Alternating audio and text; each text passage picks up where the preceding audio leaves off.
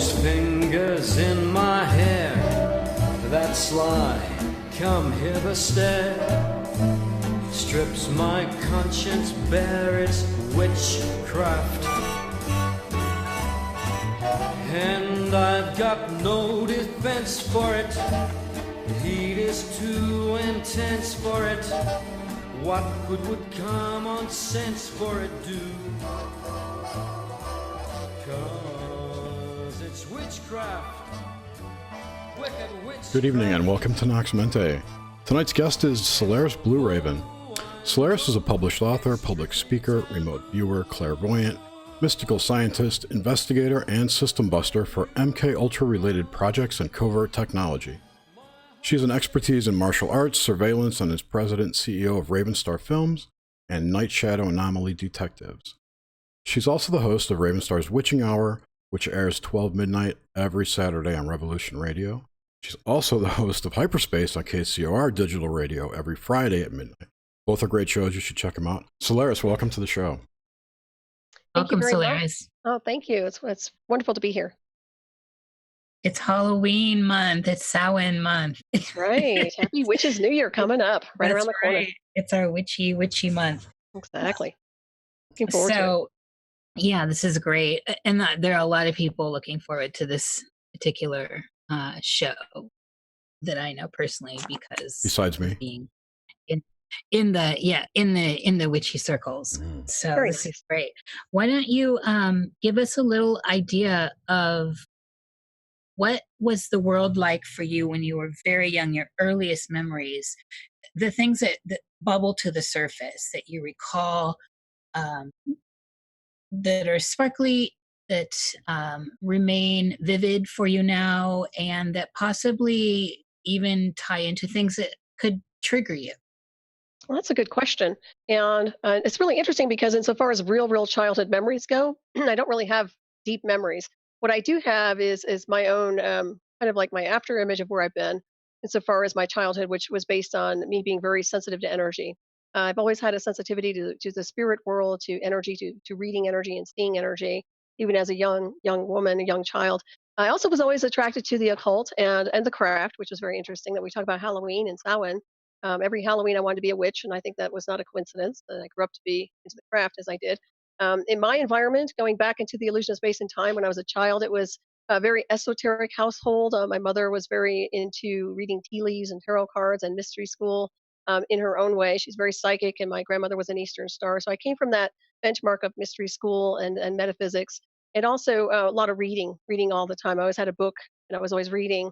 I started reading when I was like 4 years old. So that is the biggest memory of me insofar as where I've been and what I was always up to. And it seems like I always had a book in my hand and I was always reading to people. And I wasn't reading children's books, but literally adult books. So that was me. The illusion of.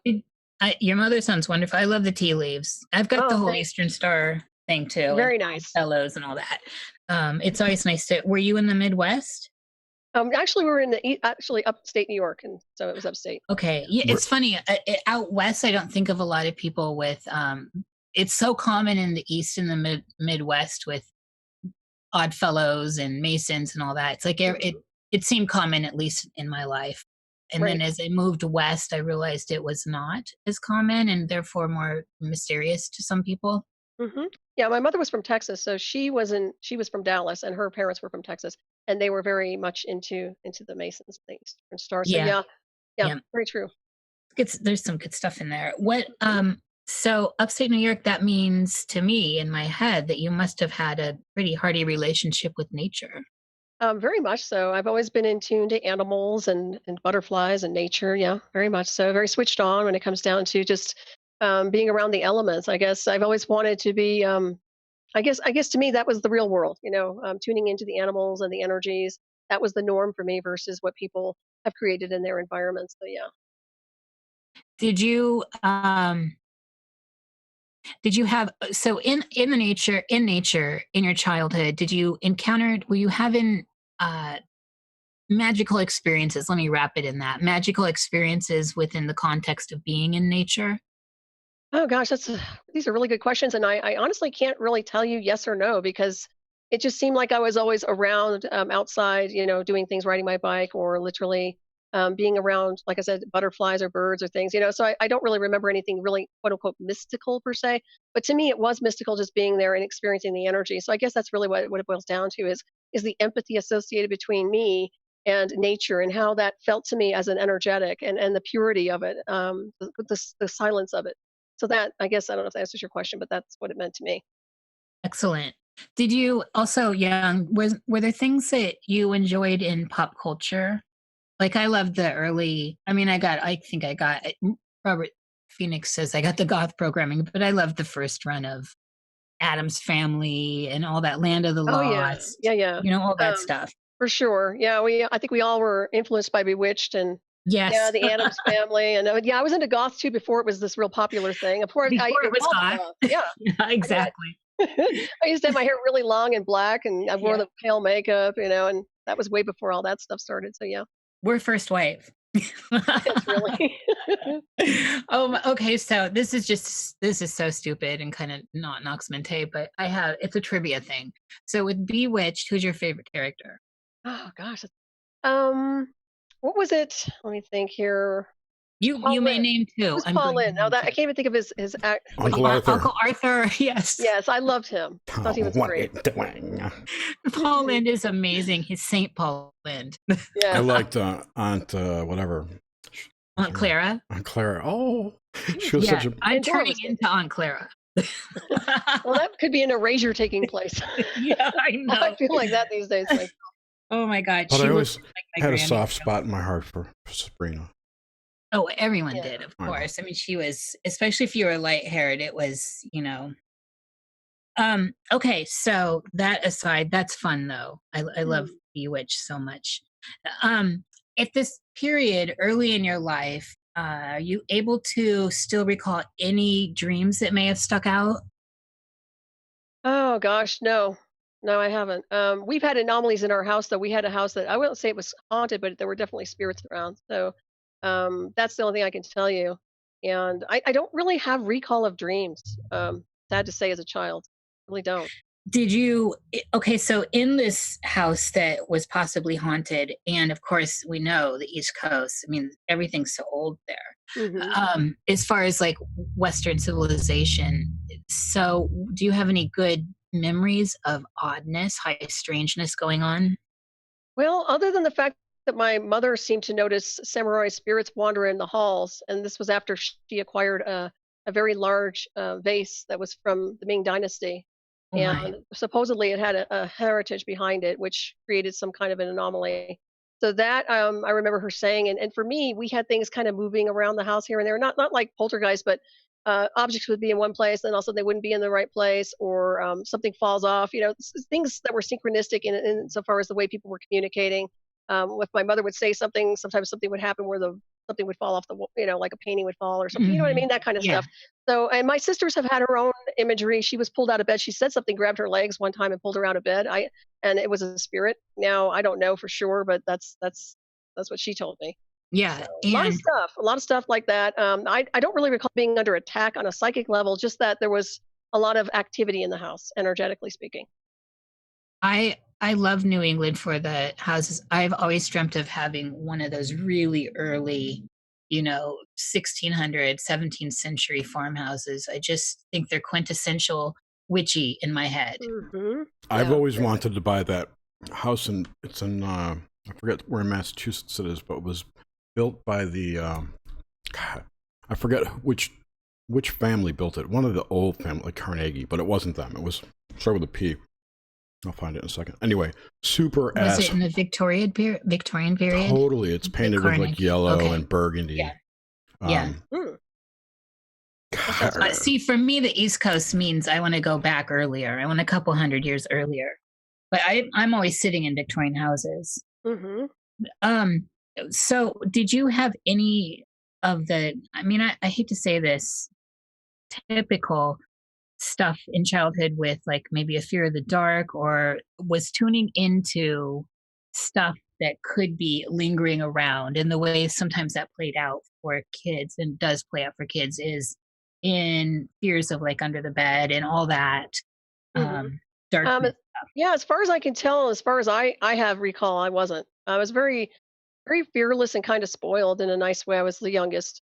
So, that goes. Oh But yeah. literally Yeah. didn't have any phobias per se. I mean, I had siblings who used to like to play, and we do all. I don't know if you remember the game Lava, but Yes.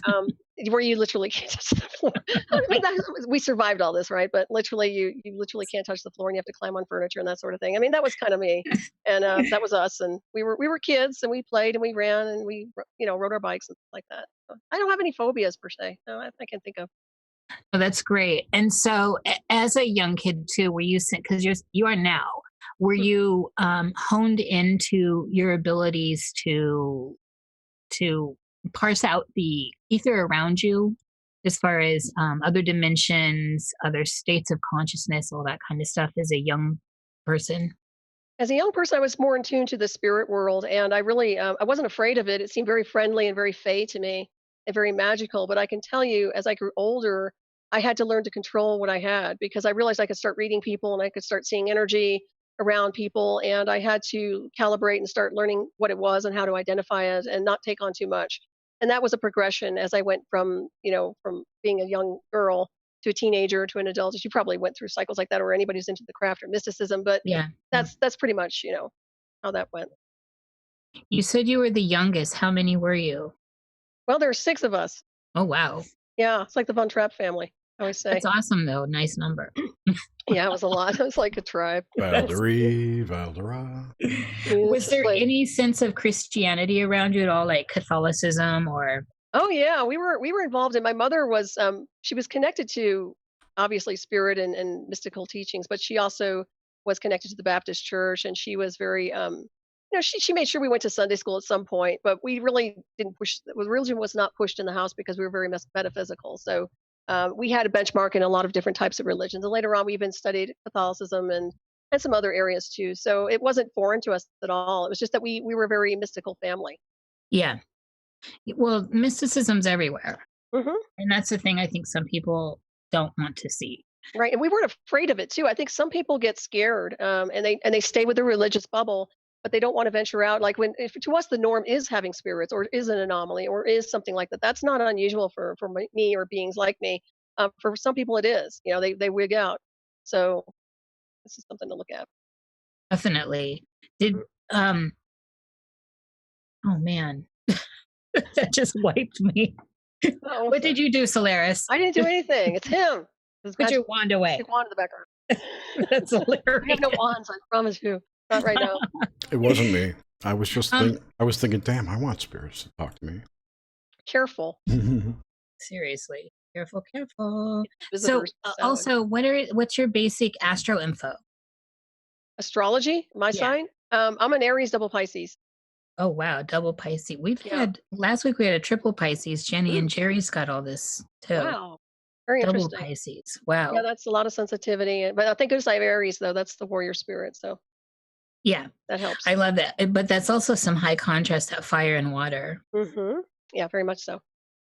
right there. And then, okay, so also in this early period, um, I know you don't remember dreams from that period at all. And so I want to move forward a little bit, but not into adult life yet. Like say up through like high school and all that.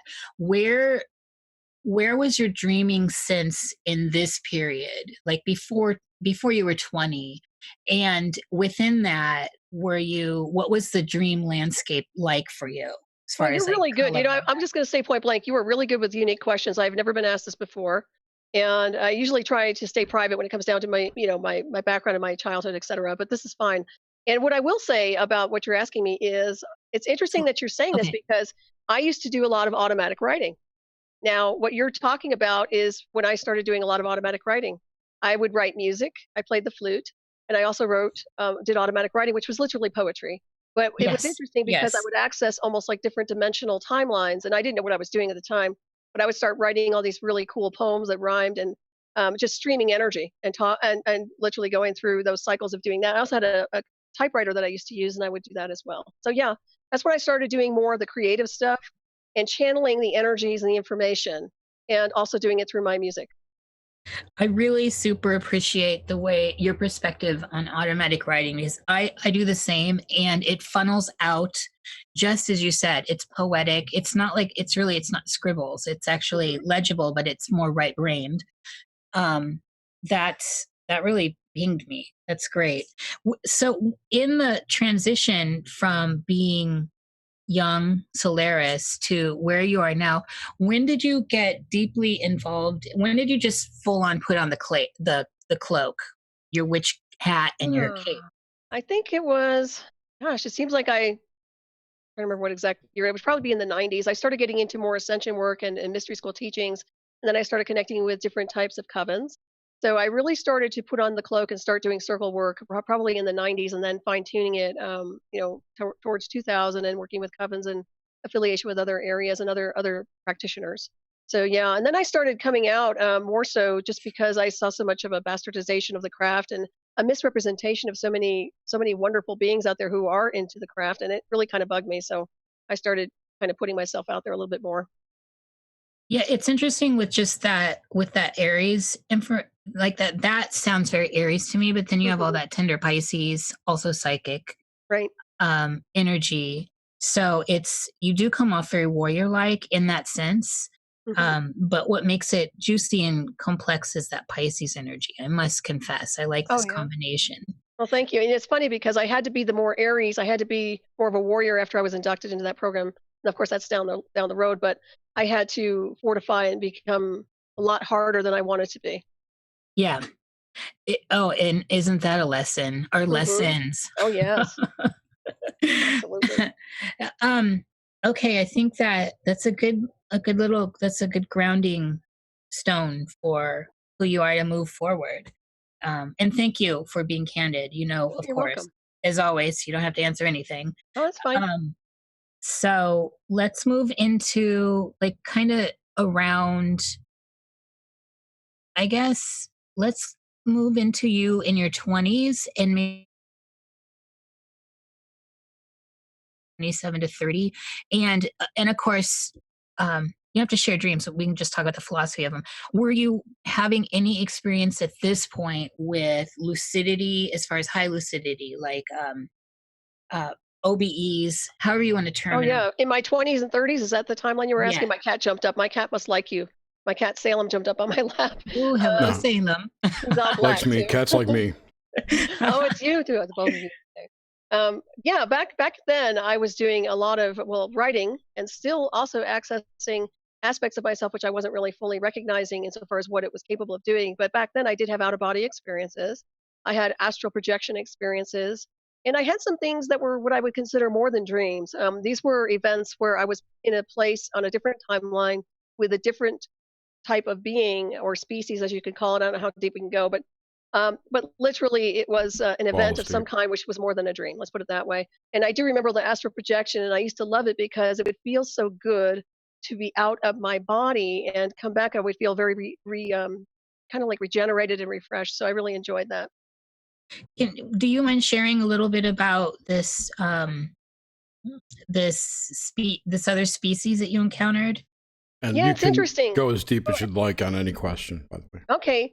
And this was, I think I might have mentioned this in Misha Johnston's group. I don't know if you're familiar with her, but, we talk about certain things. And I've been trying to piece back my life after my induction. And part of it is looking back to see if there was anything unusual happening back when I was in my 20s and 30s.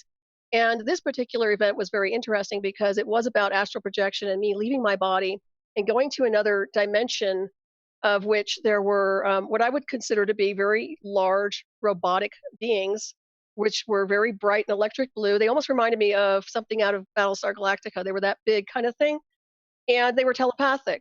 Now, this was interesting because I saw two, I can go into the specifics because I remember it very clearly, and I wrote it down because it bothered me so much. But I saw two body bags that were really sparkly blue, really nice, and there were beings in the bags, people, two of them, and they were being covered up, and their mouths were being covered up, and their noses. And I said, if you cover them up, they're not going to be able to breathe. For some reason, I was under the impression they weren't dead.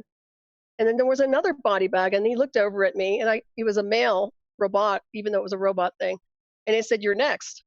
And at that point, I took off, and I went into some kind of a wall, and I expanded and went back into my body. And I remember the pain I felt as I got back into the dimension because it was really hellacious. And at that point, the lights were on. They kind of flickered on in my house. And it was a very strange event because it really startled me. I was very aware that I went someplace and there were some beings there. Now, I wrote it down as like, okay, that was an astral projection, that was an astral experience, and it was a very interesting experience, and then I let it go and I forgot about it. And it wasn't because the only reason I didn't forget about it was because I wrote it down. But that's something that I wanted to mention because I don't know if it correlates to the induction, but I certainly wonder what's going on, because the synthetic telepathy, it wasn't synthetic, it was telepathic then, but the machines were there. And I have never seen machines like that before. So could you tell us about them? I'm interested in the robots, how they looked or it looked, and the machines situation. Well, the robots themselves, which I call the machines, they were very tall, bigger than, I don't know, I want to say 8 feet tall plus. I mean, they were huge. And they were very shiny metal, almost like a knight. I mean, they were really that kind of shiny metal, but it was a blue, a very, very powerful electric blue, both of them. And then the mesh, the body bags were the same kind of sparkly blue. The whole room was metal. I remember that there was a room made of silver around me. The floor was silver. The walls were, it seemed like they were silver, and whatever else. It just seemed like silver and blue were the primary colors that I remember. But that's all I remember about them. And they were telepathic. They didn't have a mouth. So, and when you say they were, what I'm picturing is kind of like blue, like the Tin Man from Oz, in a weird way. I don't know why. And so, were they humanoid like that? No humanoid at all. They were more like cyborgs. Not cyborgs, Cylons. Is it from Battlestar Galactica? I don't know if you remember. This was before Yeah, Battlestar Cylons are the robots. Yeah, it was more like that. It was more like that kind of metallic look, that streamlined metal body. It didn't have any humanoid look to it at all. Were they organic? Okay. Were they organic beings? They seemed completely machine. I mean, completely. Although they had legs and they had arms like knights, but they were not. There wasn't a body. There wasn't a person in there. This was a machine. Cool. Wow, I love this. This is really great. And you guys are hearing it first, by the way, because I have not talked about this. Besides Misha's group, I haven't discussed this. So that's okay. We don't have any listeners. Okay. Yeah, you'll get like thousands downloaded. This is deeply fascinating. I love it. I love that it's that you were so far out that it was another dimension, and because this is what all the stuff I'm looking for is like trying to parse out where the line is here between dimensions and where consciousness is and all this. Right. Okay, so I want to talk about this a little bit. So the blue and silver too, deeply fascinating. So I've got sparkly blue and silver. Was the silver also sparkly? The sparkly silver part was, the silver blue was on the body bags that I saw, the 2 body bags on the tables. Yeah. And so far as the machines or the beings themselves, no, they were just, it was like a solid color. Wasn't any sparkle to them. And it's funny, when I was writing down the body bags, in my mind's eye, I was, before you said it, because I was going to ask, were they alive? And you had a sense they were. I thought they were, but I can't tell you. I really can't tell you. I thought they were because of my question. I was thinking that he was covering them up and they couldn't breathe. That's my whole thing about oxygen, and I don't know. But I was next, apparently, so I was number 3. I don't know who the other 2 were. Oh, that feels ominous. Did it feel when it came to your attention that you were next? Was it alarming? Yes, I felt very threatened. And I felt like I had to get out of there very quickly. Yeah. And I did. And I took my astral body and I got out and I went through some kind of a wall and I opened it up and I went back. I guess you could call it a portal at the time, because back then you just don't know. I mean, you're traveling, but I went back into my own body and that's when I sat up in bed. And I turned all the lights on too. There were lights going on. And I have to tell you, and I don't want to backtrack too much, but I do remember some of the cues for when people are astral projecting. I don't know if people are aware of this or not, but when you're astral traveling, sometimes when you're awake and lucid in the experience, you'll look around your own house and all of a sudden you'll realize that you're awake, but it's not that you're dead, but you can go through walls and you can go through doors, and things seem to be different. Like I remember the microwave was flashing. And then I remember I saw children outside playing at like 2 a.m. and I thought, well, that's not normal. Then I realized, oh, I'm astral traveling. Okay. So that kind of a thing, just a heads up. Yeah, those things are interesting. I think for me, a lot of it's giving myself permission too. Like at first, when I was encountering walls, I was still like this is early on, but it just seems like I would go through a door, like I was observing the physics of here instead of the physics of of there, which are totally Right. different. And Yeah. it's so mental. Um, Right. You're changing your vibrational frequency and in turn changing your molecular structure to be able to phase into another doorway. In my opinion, that's the way it works. If yeah. we're changing our vibration to basically accommodate another dimensional frequency. And naturally, when we start ascending through our consciousness in intent, we alter that through our biomolecular structure, which I think is fascinating. I mean, this took me years to figure out, by the way. I didn't know this in the 80s and the 90s, you know. I was learning it as I progressed, but it's very interesting. Well, this is why we like to talk about these progressions, like through people's lives to where they got to. Because most people we have on here are pretty adept. Mhm. Okay, and so you mentioned something provocative here, and I want to talk about that while we're still in this particular zone, which was you said this tied into your abduction a little bit. And could you tell us how? The or the induction in 2004, the reason I saw a correlation was because of the telepathy in general. And the fact that it seems to me like something, I was being calibrated for something perhaps in the past that I didn't understand until 2004.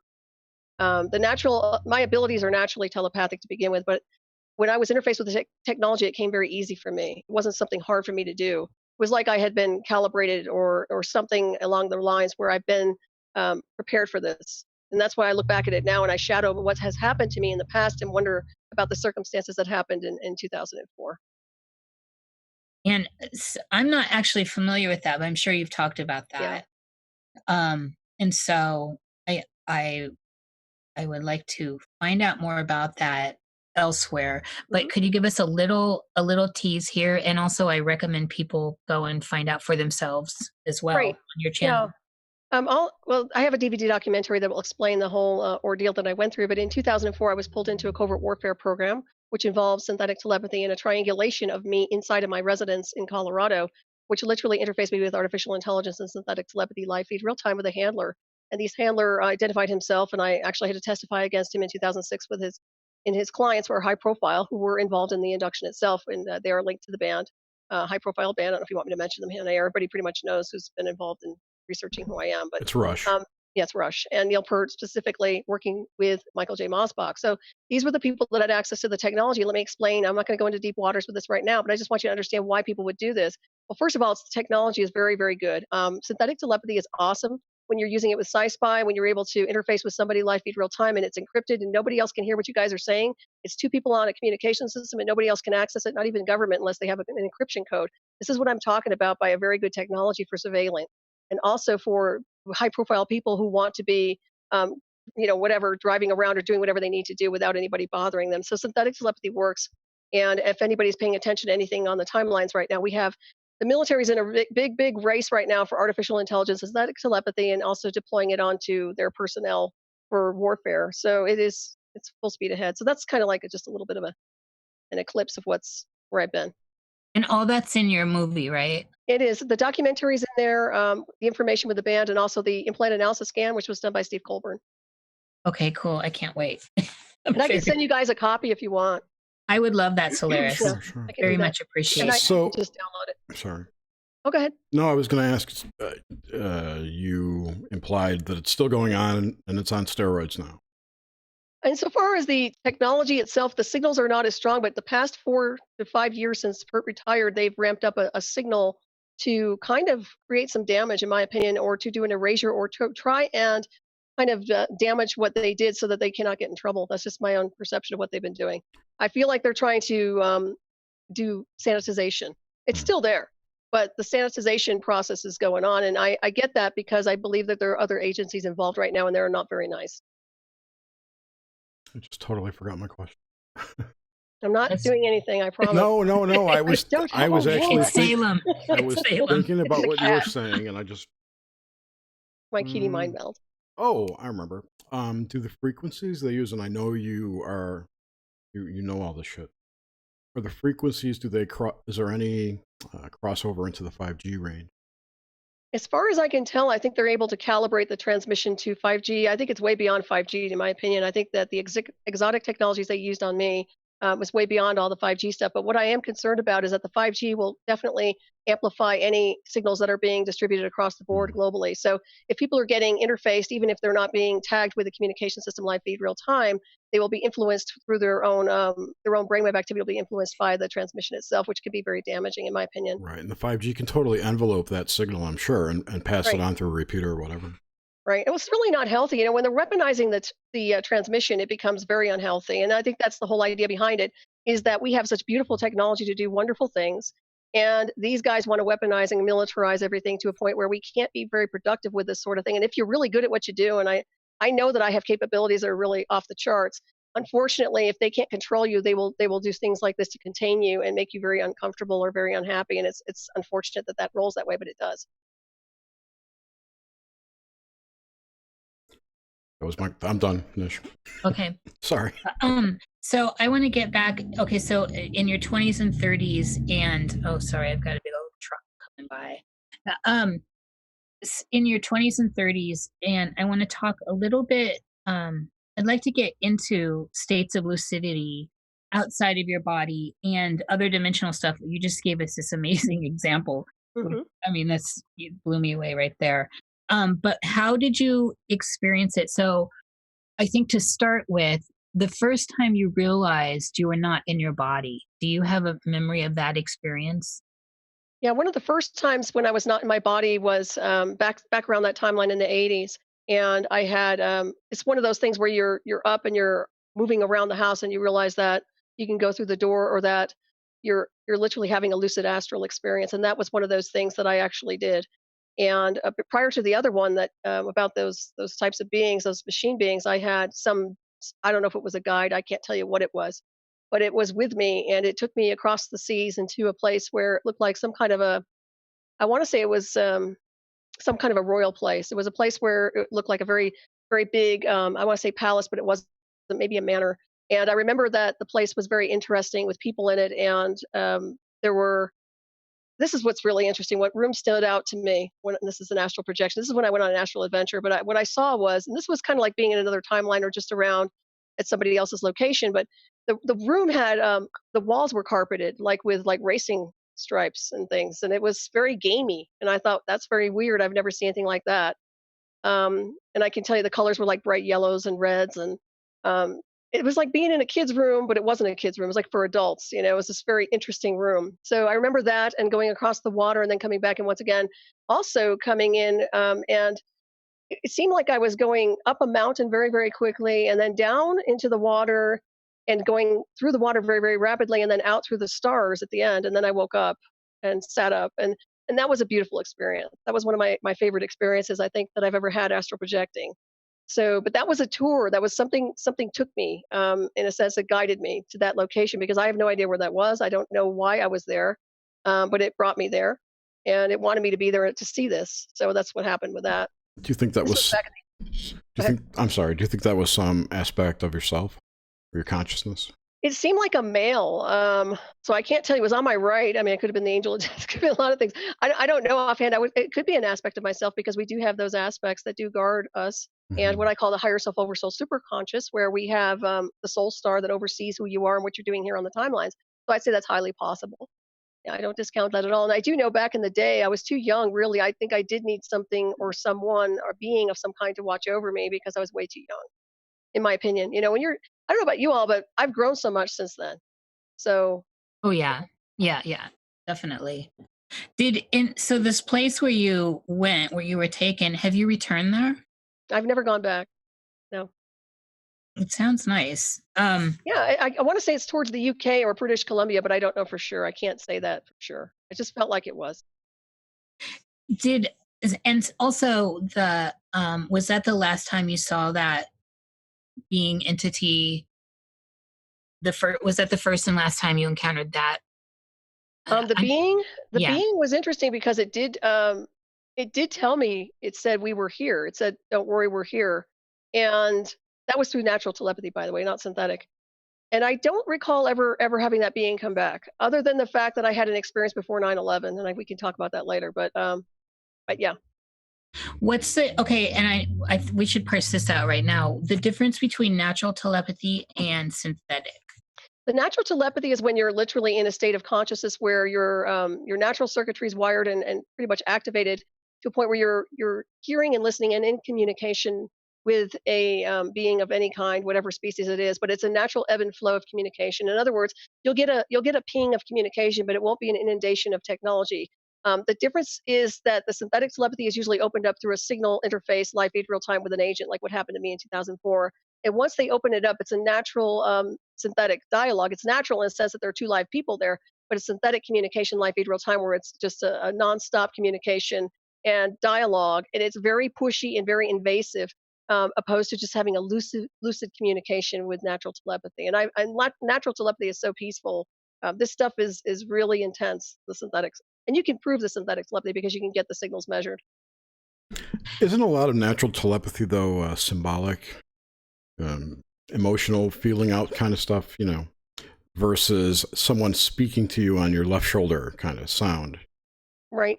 I think that in altered states of consciousness, you can get an aspect of yourself that's communicating to you. I think that is possible. Hmm. There are species out there, in my opinion, that are capable of communicating telepathy-wise or telepathically to a point where they'll literally communicate with you on and off, and you'll receive information that comes out of nowhere that is not even connected to channeling or part of you that you know is an alien intelligence or something different. And that I have had in the past, and I do know the difference. So I think that it goes through many formulas. I think we are amazing beings with multidimensional minds and brains, and we're so capable of so much.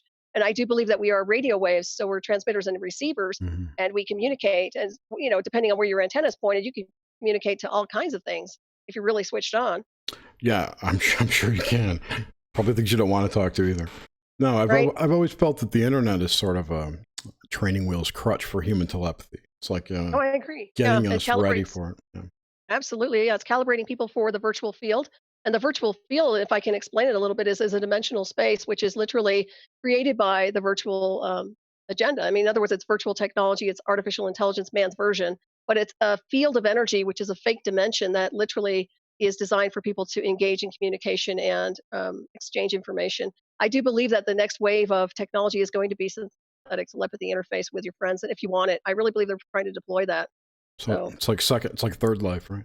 mhm. Second life for real. So you know. these, so they're putting up basically a new reality field in which you can inhabit. Right. It's the virtual field. It's literally the field that I was pulled into, which is literally artificial Mm. intelligence interface, live feed real time with handlers, controllers, operators, and programmers. And a lot of this is weaponized. A lot of it connects to the Pentagon and the DARPA and DoD, and also a lot of specific black sciences and different agencies. I don't have to go. You guys know this, Yeah, but no, I was just going to say that's a perfect space to carry out really nasty shit. you bet. And unfortunately, they weaponize. And see, the beauty of it is, Nish, she'll ask me questions, and I don't have a problem communicating, where I've been, my childhood, whatever. But with the communication system with synthetic telepathy, it will interrogate you. If they want to create an interrogation program, they can really, really harass you, and they can insert data or they can remove data, and it can be very malicious and very vicious and associated with a worse. I mean, it's just like mind control, worse than any MK Ultra I could think of. So it's not good when it's weaponized. That's why I've addressed it. What is good when it's weaponized? Nothing. Well, there you go. You answered it. Yep. But this can weaponize. So it could say this can affect anyone. So is it Mhm. kind of like a virus that could affect, say, your mom, and all of a sudden you're Snow having crash. these interactions with your mom, but it's actually Right. this technology. Yeah, that's what they did in 2004, where they mimicked her voice pattern and interfaced it onto me, and I knew it wasn't her. And I called it too. One of the things they are capable of doing, just like when they map your electromagnetic field remotely and triangulate you as a target, they can literally do the same thing to somebody who's dying. They can take that data stream of information or consciousness or conscious intent or whatever part of their body and literally map it and interface it back onto somebody else. So they can play the middleman between you and your ancestors, versus just you and your ancestors. There'll be somebody else being the person in between. And that's some of the stuff that they do, That's a which is what filter. I call the weaponization of the supernatural and the paranormal. And I have warned people who are into mysticism or the craft that this is something they have to look at because it is a capability. You brought up an interesting point that I wanted to ask you a question about, so I'm going to. Mhm. You talked, I don't remember where I heard you talking about it, but you were talking about how they could, so for instance, you're a martial artist and you are really good at something, whatever, karate chops. That I thought you said that they could download that that muscle memory or that program, make it into a program that they could put in other people. Yeah, go ahead. Yeah, they can map it's kind of like the Matrix. They can literally map your, when I say they map your electromagnetic field and your neurocircuitry and your brainwave function, they literally do all of that. But they can also map everything technologically, so your motor skills, every capability that you have to a point where they can create a template on it. So what they're doing is actually mapping you in real time. So say I'm working out and I'm training and I'm not suspecting anything is interfacing with me. They literally map everything, take the data stream of information, interface it back to their artificial intelligence program and create their own template. With that template, they can actually distribute that to other people to train them as a hive. This is how they're going to train their super soldier programs insofar as their personnel for military as well. It's the same technique, same technology. Yeah. That's really, it's a hijacking, what it is. It's a hijacking too, but I mean, imagine if that was in the public domain, that technology where you could learn anything basically. That's right. Well, what do you think it's worth? That's my question to both of you. And let me tell you something that's worth a lot. And that's why priceless. Apple Computer, that's why Microsoft and Google are really interested. And so is every military. There's a big race for AI, but they're not describing what AI is. AI is exactly what I'm telling you. It is. It's exactly what I've been through. Right. That program. Yeah, part of that's what I'm hearing. Mm. Yeah. Is there any connection to this that, like, could tinnitus? Am I saying that? Tinnitus. Ringing in the ear, could this be connected to some of that? I heard there was some statistic where that's actually increasing now. It Correct. is. I agree. And I've actually had tinnitus for the past 6 months and I never get tinnitus. And that's part of the ringing.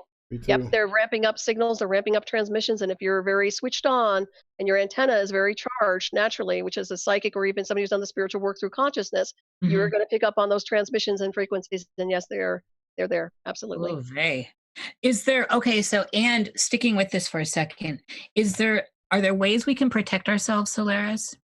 Some of the ways that I've seen is I know some people talk about the Faraday cages, and good luck. You can try to build yourself a Faraday cage. I haven't had much luck with one.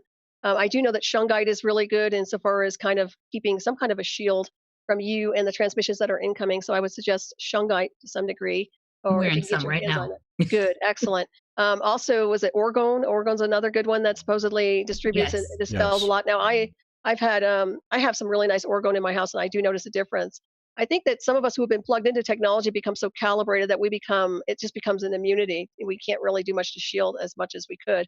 But for regular Joes who aren't really plugged in and just getting the atmospheric conditions, I think those would help quite a bit. And I would still say maybe a Faraday cage, and also making sure you don't have anything with your computers or iPhones in your bedroom at night. Make sure you try to keep it as switched off and shut down as you can. And also check the parameters in your home and see how close you are to cell phone towers or any other types of devices that I know are just completely saturating the environments. There was an interesting series of videos that Miles Johnston put out last week with a guy named Mike Emery on how to build an orgone bubble. Nice. For your house. It's really I'll have good. to check that out. I will put the links in. I'll send you the links, but I'll put them in the description. Yeah, put them in our server, Jerry. I will. Because I want to check those out too. And I was going to say radionics too, by the way. I'm sorry I didn't mention that. Radionics is another way to distribute and actually bounce out incoming signals that could be possibly trying to attach onto your 4-body system. How would you do that with radionics? What would you set up as a target? You can actually just set, you can use your own DNA and your own energy field to literally broadcast out. And so that's what I would do. I would literally just start broadcasting out any frequencies or any transmissions that are incoming and using your own DNA as the signature. That's just me. Program your aura to bounce the waves off. Right. I mean, we can do that through our state of mind and consciousness. And that's what's so interesting. We do have these capabilities naturally, but what they're doing is cheating in a way because they're trying to use technology to really screw with us. And it wears down the electromagnetic field after a while. It's kind of like, the U.S. Enterprise. I mean, after a while, your shields drop. I mean, it's just, it's not, they just keep pounding away, and it is a problem. Yeah, we need that kill shot to take out all the electricity. I'm telling you. That would fix it, right? For a while. And I need my old cottage where it's all already was set up in that time period. Your fortress, yeah. Is there, okay, so this is something that I've been trying to get at a lot, and without saying it to different people, but it's on my mind. So infiltration into our dream field, this kind of tech, Correct. How is that playing out? Is there a way to know?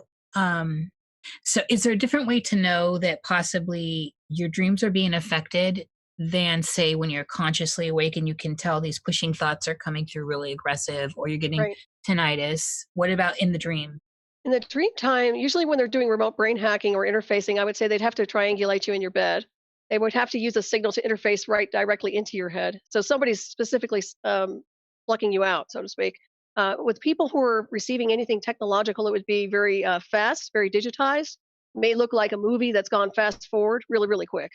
Something that's too good, almost looks too good, that kind of thing. And also something that literally is like a maelstrom from something that comes out of left field that really doesn't have any value. You have to ask yourself, where does this come from? Is it conscious, subconscious? We always analyze what our dreams are, but these are very stream oriented. It's like data stream from the television or data stream from Google. Anything you get on the internet, literally, it's like being streaming into your head, and you'll know. You'll know because it feels very artificial, and it almost feels very toxic. To be honest with you, it doesn't feel very good to the spirit. Okay, and so also, I usually ask this later, but I want to tie it into this because I think it could be getting worked in. When we're having one of those very magical, some of my favorite experiences in flesh, deja vu, is that also possibly being hacked? I've had deja vu in the past also, and I can tell you, I think there's a genuine cellular memory with us as beings, as multidimensional beings, through our own states of consciousness, where we are very old and ancient. And we bring with us a very vast database of information here. And sometimes we have recall of other people we've encountered, other perhaps an incident that happened that mirrors itself again. And sometimes that's genuine and organic, and other times it is synthetic. So we have to use discernment. So I would say both on those. And once again, the biggest way to find out if you're really being influenced is to check for implants and to see if you have any anomalies that are coming in and out of your energetic grid, or if you have any implants or signals that are registering. I would really say that's one of the best ways to look and see. Okay, cool. I just want to get all that. These are all questions I have. I know anyone listening, especially if they're not familiar with you, are going to be having these questions as well. That's great Um, questions. Awesome questions. Wonderful. You two are the best interviewers I've ever had interview me. See, Well, thank you. I love you guys. I'm gonna have to tune into your show now all the time. I love it. Great. Unique questions are the hallmark of our show. we're interested in people, and You're so real. Thank you very much for being real. we need more realness. Okay, so let's step back a little, and all this though I want to dive back into a little bit later, but I want to get back into your ideas of, and if you have examples, you've already given us great examples, but the layers of, I'm just saying the layers to avoid terminology, but layers of lucidity within dream time. So from basic dreaming, where you're just shuffling the daily stuff, to all the way out of body, out of dimension stuff. How do you experience them? Okay. In the old days, I would say that what I would always do, and then I'm just going through a procedure, what I used to do was meditate, literally, or set the intent before I went to sleep. If I wanted to journey somewhere, astral project, I would literally set the intent to do something like that, to have an out of body experience, or try to project my energy at the right frequency so that I'm able to do these things. That's one way to do it, insofar as navigating through the layers. The first thing, also, I should probably say before that, is to do maybe a clearing of entities, to kind of let go of any attachments or anything disembodied that's trying to attach onto you to create a distortion. In my opinion, I think meditation and clearing of entities is a good way to start for a 101, as far as peeling away layers so that you're able to navigate. And once you start going to sleep, you'll start feeling that kind of alpha state. And sometimes people hear, transmissions and things. I would say transmute and ascend out of that transmission and go to the next level where it's quiet. Because where there's noise, there's going to be distortion, in my opinion, that kind of noise. I don't know if you guys are familiar with this kind of white noise thing that goes on, but sometimes people get like a lot of static. And the static you need to go beyond, because that's just almost like a barrier of transmission. So go beyond the barrier of transmission and go to the next level where it's smooth and clear and it feels more blissful. And then you're aware, you have this self-awareness, more lucid, like you understand where you are in consciousness. And at that point, you're like, well, what do I want to do at this space? Where do I want to go? Sometimes people will see things or they'll have images, but if they don't choose to see those things, this is a great time to control the reality. So in other words, you have control over your blueprint. And if something comes in you don't want to be there, you have authority over that as your domain to claim your domain and move it out, or get it out of your radius. So that's something to look at also. Really controlling consciousness through multidimensional space. And sometimes we get picked up by other species, or we have a communication. It just depends on the person. But that's the benchmark I use. And I will tell you one thing. When I was after the induction, my dream time didn't happen the same way. It was more like the Borg. It was disgusting. It was nothing but virtual communication system. It was just an interface. Okay. And that's why I was very adamant about talking about this, because I know the beauty of spirit and consciousness, and the raw consciousness versus this artificial array of garbage that they want to use to control and manipulate. When you're in that space of the artificial, is it more like is it more lucid experience that you can't control or can't get out of? I would say it's not very controllable in a sense. It's a feed that it's a hard time. Let me put it this way: it's hard to switch it off when it's the feed, because it's literally something that's manufactured by an exterior signal. Mm-hmm. So I have a hard time pushing it out. Literally, I'd have to open my eyes sometimes to get rid of it. Mm-hmm. So it's not, and it's really, really hard sometimes to manipulate these things. But I did start to work with it and get to the point where I would destroy some of these things that were coming in. Now, I'm not saying it's good or bad, but I'm telling you that's my domain, and I didn't like it.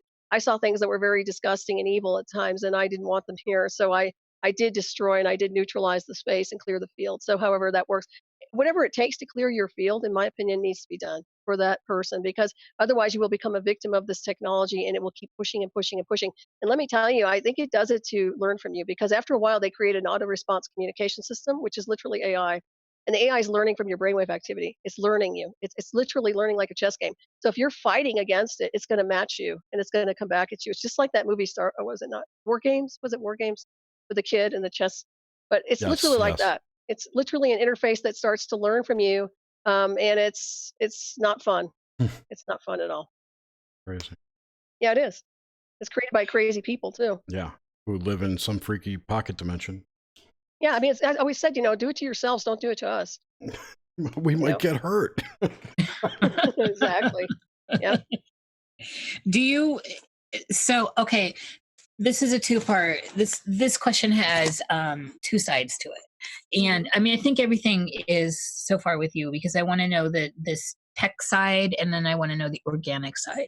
And so this question boils down to like prophecy or dreaming true. And if you've had it, if you have good examples, that's awesome, because I love looking at the symbology. So that's the question. And I'd like to hear about both sides of that, because I'm gathering that now the tech can just be planted. Right.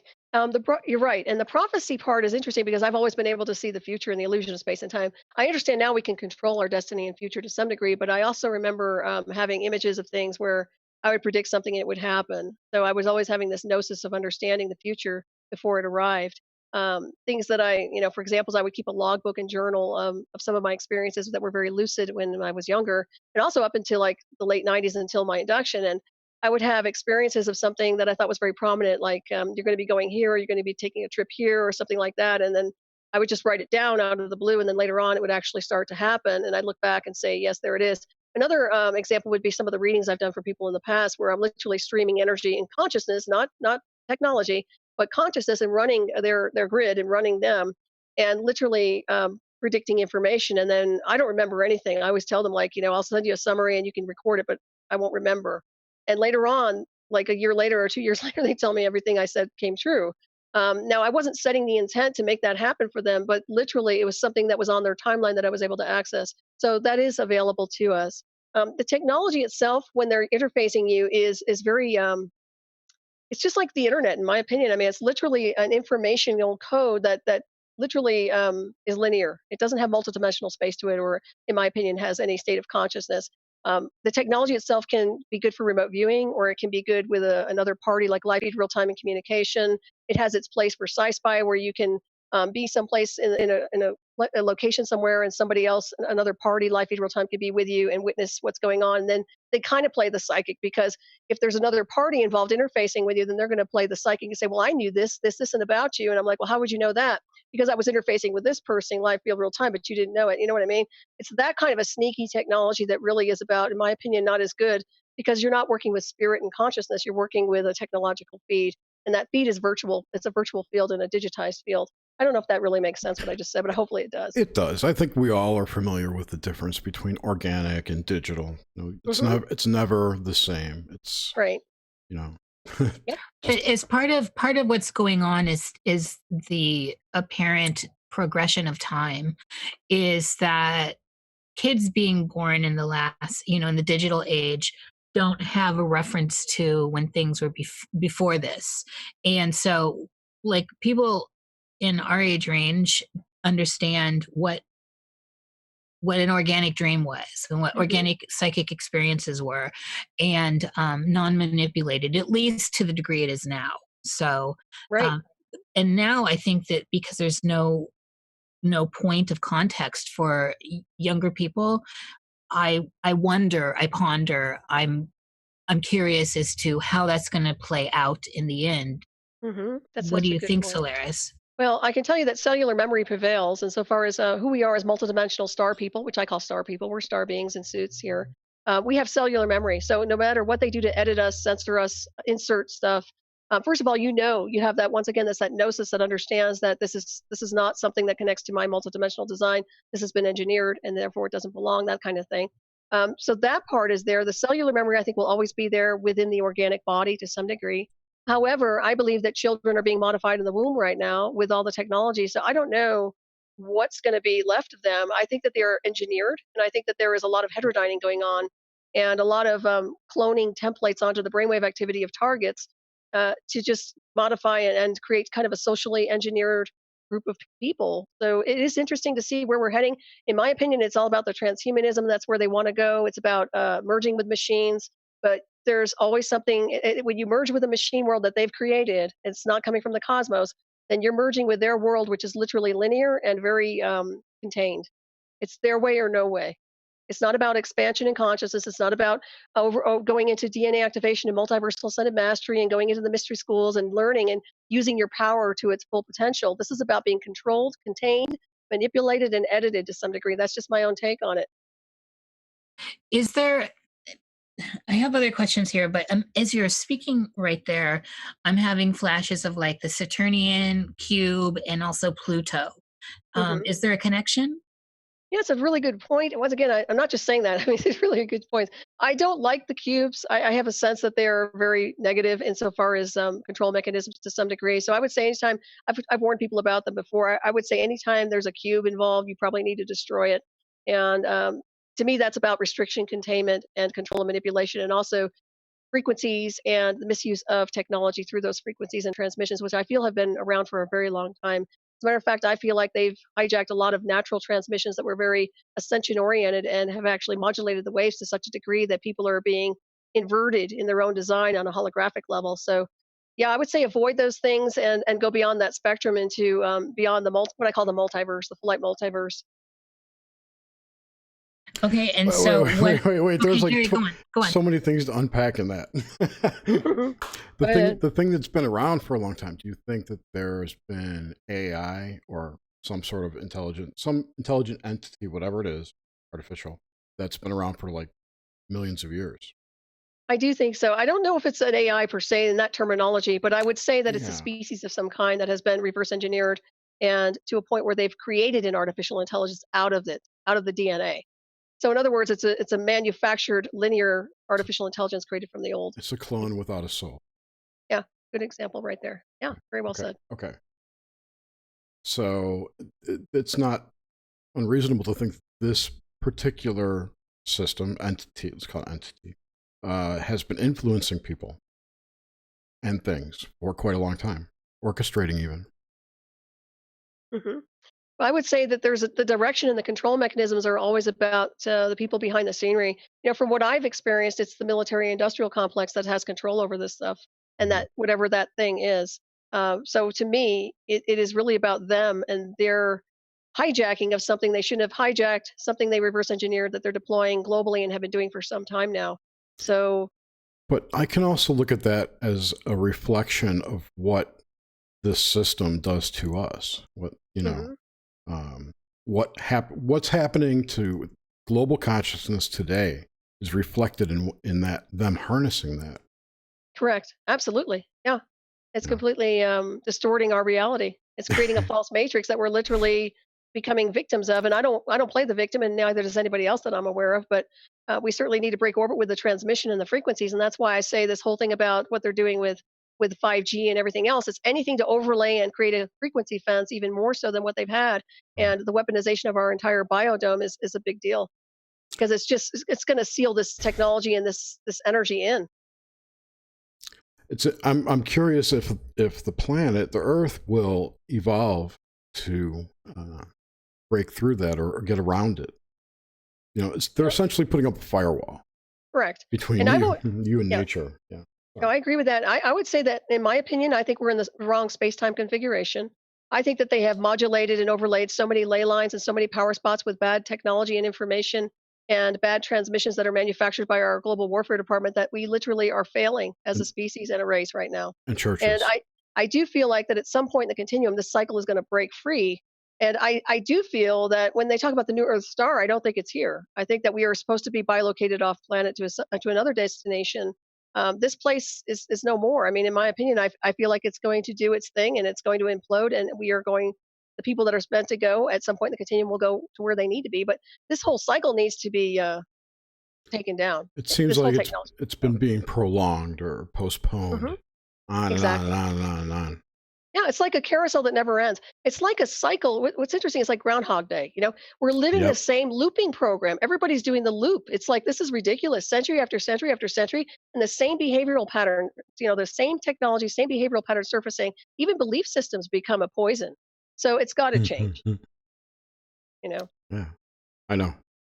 Yeah, but I mean, I think that even without tech, belief systems should be challenged and are definitely a form of self-slavery, enslaving oneself to, unless you're an open-minded person and willing to move with new data and move forward. But people who get stuck in those kinds of indoctrinated ways do seem rather sad. It's the same thing. They're creating the reality. And the saddest part of all is that when they die, they're going to have that same reality when they leave.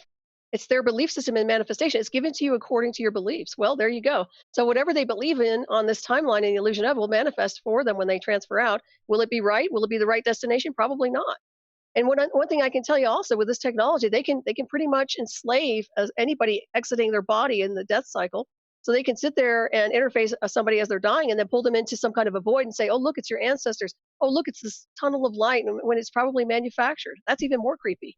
There's all kinds of stuff they can pull. And I'll tell you, be very, very aware of what the capabilities are. And don't be afraid. Just know. Just have the gnosis. I've said for years that I think I pissed them off last time, and I'm locked out now. That's a good thing, right? Yeah, I think it is. But I mean, there's no... Well, you know what? I'm not coming back here. I'm done. I was like, you know what? That's it for me, guys. Yeah. And speaking of belief systems, I wholeheartedly believe that I will wake up in the control room of this reality when I die. I'm going to turn this shit off. Oh, all right. We'll be in there celebrating. That's awesome. I say yes. And that's another thing. That's the best thing you could possibly do is know the game. And you do. Yeah. Is there a way to navigate? So, we have ancient sources of navigating death. And we talk about death in the show. Usually that's kind of later. But, we have the Egyptian Book of the Dead, the Tibetan Book of the Dead, lots of manuscripts, illuminated manuscripts dealing with after you've left the body and how to navigate, which, is coming back into the collective conscious slowly, but was really separated for a very long time, this kind of idea that you do have to navigate. And it's in all the ancient schools. Do you have any insight for us, and especially now that stuff like this false light has come into the conversation and all this other stuff dealing with tech? What does one do? Okay, well, in my opinion, it's about your soul's essence of origin or your celestial embodiment, which was created before you showed up here on this timeline. And as I've touched on, you probably have heard me say this a million times over, but we exist simultaneously beyond the illusion of space and time as multidimensional beings. So even though we are having a conversation here on this timeline, we exist in multidimensional space through consciousness always. And consciousness already has the components and the coordinates to get us home. So all you have to do is fixate, and not fixate, but literally set your coordinates to your higher self, oversoul, superconscious, and your multiversal ascended mastery, and just go home. And home is beyond the galactic center. It's beyond this illusion of this space-time configuration. It's beyond where mankind believes his origin is from. It's our true celestial essence of origin. And with that comes the full light, what I call the full light universe, full light spectrum, and inner peace. And at least for me, this is the way I navigate, because I realize that you cannot trust the distortions around you and the tricksters and the gatekeepers and all these things that have been manufactured by belief systems. I mean, even the astral plane can be polluted and very destructive. People have to be very careful in the astral. Could be. Yeah, well, there you go. Yeah. I've had voodoo hit on my butt Like before. the whole lower fourth dimension apparently is just loaded with parasites. Yeah, it is. And what's interesting, and the way I see it is kind of like a membrane. I see this dimensional field. I see everything as multidimensional space with energy streams. But to me, it's like it's a membrane. And once you tear through the membrane, you're going to see all this weird stuff, like almost like a lot of traffic with a lot of what you call parasites, a lot of other things. And then you get past all that, and then there's nothing but smooth riding and just like a blissful kind of state of consciousness. It's none of this crazy chaotic stuff that's going on. But I do think that everything associated is a byproduct of century after century after century of belief systems, misuse of technology, and even rituals that have gone bad. I mean, literally, just the misuse of everything. I hope I answered your question there, Nish. Yeah, you did. Okay. It's funny though, when you were saying that, I couldn't help but think, well, how do I trust what I think I trust? Well, that's your mental body asking the question and your emotional body. But think about the higher self, oversoul, superconscious. Think about the gnosis associated with that already knows. Before you showed up and arrived on this world, you already have that information in there. Yeah. So that's my point. It's the higher self, oversoul, and superconscious is why I always talk about that, because it's the soul star that oversees you on this timeline. It's that which is connected to what I call full source or full light energy, full light universe that literally knows all. And it's who we are. I mean, we come from the stars, we go home to the stars. I love to say that because it's so true. And being here, okay, we've been here, done that, got the t-shirt and the hat, but this is not our essence of origin. We are much more advanced than this in consciousness, much more. Oh, yeah. I'm 100% there with that. It's just that there's so much to be weary of, and I'm a questioning person anyway. Well, it's good to question, absolutely. Well, I think any good witch should be. And I don't mean good as in like white light. I'm just talking a proper witch. So it's still like to the point where I might question if this is really information that is coming from my higher sense, my true, fully intact essence, soul, whatever. Because right now there's so much fuckery and infiltration and fragmentation with these sine waves, with all this electromagnetic energy, this viral type experience we're having, that I now question everything. I even have started to question my gut intuition, which has always been razor sharp, and but I have been, like you said, parsing out what's really aggressively pushing itself to me does seem not organic. So I'm just trying to apply all this to the after we leave the stage, the death experience. But see. So on that though, in dreams. Okay, Jerry, go on. No, you cut out. Oh, sorry. Like your last sentence, I think. Well, I'll just go to in dreams being. So do you experience people you've known that have passed? Have you had do you experience them in the dream, in the dreamscape? And how do you know that it is them if you have experienced them? I can only say I've only seen one being that I've recognized that was my grandmother that showed up in a vision. And I can't tell you if it was really her or not because I was plugged into the technology at the time. But I do know she was a very powerful clairvoyant and an Eastern Star, and somebody that I don't think would dabble around and play games with me. So that's one thing I have seen, but I haven't seen many people who have transferred out that have come to me. But I do get, insofar as the frequency goes, I do get spirits that come in and go. And especially around Samhain, I would have a lot of activity around with spirits coming in and leaving and just being gentle. But insofar as real visuals, I have not had that happen, except for maybe once. And other people, like I said, excuse me, I've seen people that have died, but I'm not sure it's them. I can't trust it. Yeah, that's where I am with a lot of stuff. In contemporary, where we are in this kind of point in the circle of space-time, I don't know what I trust now. As a younger person, when I experienced people die before they died and got confirmation upon waking, usually close to me, that I trusted because that actually happened. It was real, and it was pre-internet. Right, that's exactly it. And that's the benchmark I use prior to having all this information and technology on the internet. And also my induction, that's another thing I use as a benchmark. Yes.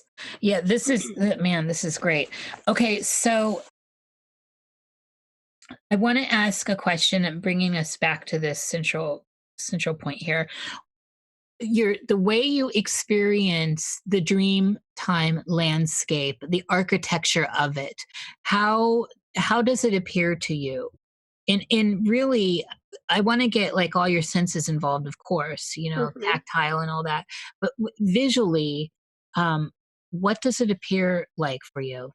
Okay, back before I was inducted, it would appear as lots of color and a feeling, a sensitivity, insofar as environment goes. I could describe environments very, very well. They were very surreal to some degree, very beautiful, very pretty, very ethereal. And after the induction, things went very technical. So it wasn't pretty anymore. More machine oriented, a lot of virtual, almost like video games, almost like being inside a video game, that kind of thing. So it was very, very different. So that's the difference that I can describe. Have you ever done any hallucinogenic or entheogens? I haven't. It's really interesting. I'm very expanded in consciousness naturally, Hmm. but I'm not one to do like drugs. And we used to have beer once in a while. When I think I mentioned this before when I was Sure. married and run road races. But I'm not one. I'm usually very organic in consciousness. So I don't. I feel like I'm so expanded in consciousness. I never needed anything to kind of boost that. No, that's good. I I'm was, not against people doing psychedelics or ayahuasca. I know plenty of people who have, and they seem to have had very productive experiences with it. yeah, But for me, it's I never needed those things. I seemed like I just went full speed ahead naturally. totally. I get that. I was more curious. I was curious about that, but also the how alike is it to astral travel or lucid dreaming? Ah, That right. experience. That's kind of what I was looking at. Yeah, well, the astral traveling is obviously out of body, and you're aware you're traveling. It's like the speed of your own body moving. And it's what's really interesting is that when you're doing consciousness in motion, it's consciousness. In other words, you're literally you think so you are. In other words, if you want to think it, it's there. When I was interfaced with the technology, I mean, we did some cool stuff, and I can remember being able to move to destinations through consciousness, just like if I want to go to a certain planet, say, I can do that through my mind. And it's not like, oh, it's in your head, you're going in your head. No, you can literally travel through consciousness. That's the whole idea behind who we are as multidimensional beings. They know this. That's why they want to weaponize it.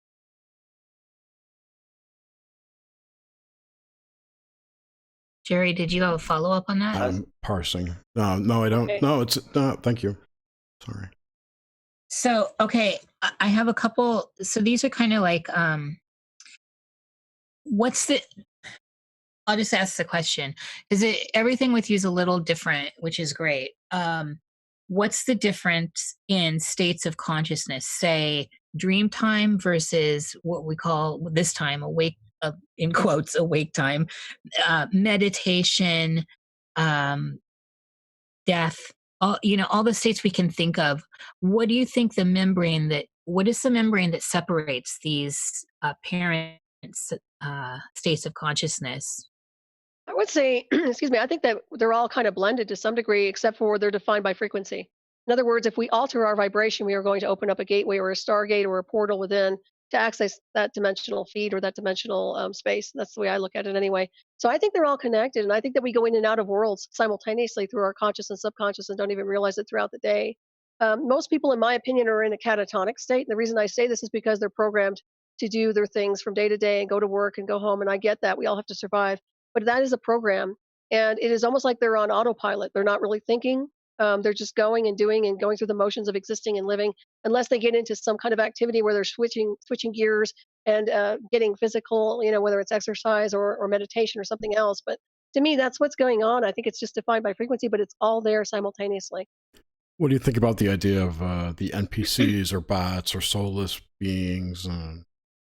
There's really only maybe 10 million actual humans here ensouled in bodies and suits. Right. The rest are all Well, characters, y- avatars. yeah, I've seen that actually.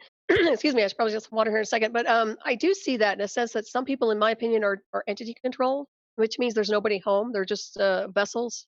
And whatever's driving them is literally some kind of I don't know if it's synthetic or part of an artificial intelligence, but it is definitely, there's something missing with them. And it's like their celestial design work or their soul spirit consciousness is not inside the vessel. So I have seen that. And you can tell by the way people behave from day to day. I mean, there's such things as programming, but there's another side to it. excuse me, that literally is around people not being able to have compassion for their fellow man or being violent with animals and things like that. You can see the patterning is not normal. It's not celestial, what I call celestial. Like There's no celestial compass. like pounding on the Supreme Court door, that kind of Yeah, there you activity. go. Well, yeah, Yeah. it's just erratic craziness that's going on. I mean, I know. I understand everybody has the right to protest. I totally get that. But when you become violent and stupid and ignorant, it's got to stop. Got to stop. Do a I, check. Shadow yourself, as I always say. I concur. Is there, so, okay, with, uh,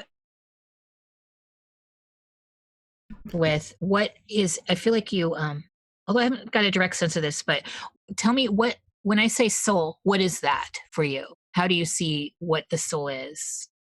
How do you Right. experience it? Well, the soul is energy and consciousness. In my opinion, it is what we are. And I hate to say soul too. It doesn't really sound right. I know, I've heard I it called know. other things. Your star body, I call it our star beings. We're star bodies. That kind of correlates. That is that infinite part of us that is beyond what I call beyond 26 billion years old. We are ancient celestial beings, life forms with a very vast intelligence and literally co-creators of source that have been on multiple worlds, multiple realities, through beyond the illusion of space and time, and are here on this timeline for whatever purpose and whatever design work in our blueprints to be here in the moment in the illusion of. So that to me, it's a sacred design that is a gift to who we are, and it cannot be destroyed. It's immortal, and it has no foundation in any real religion. So that's how I define it.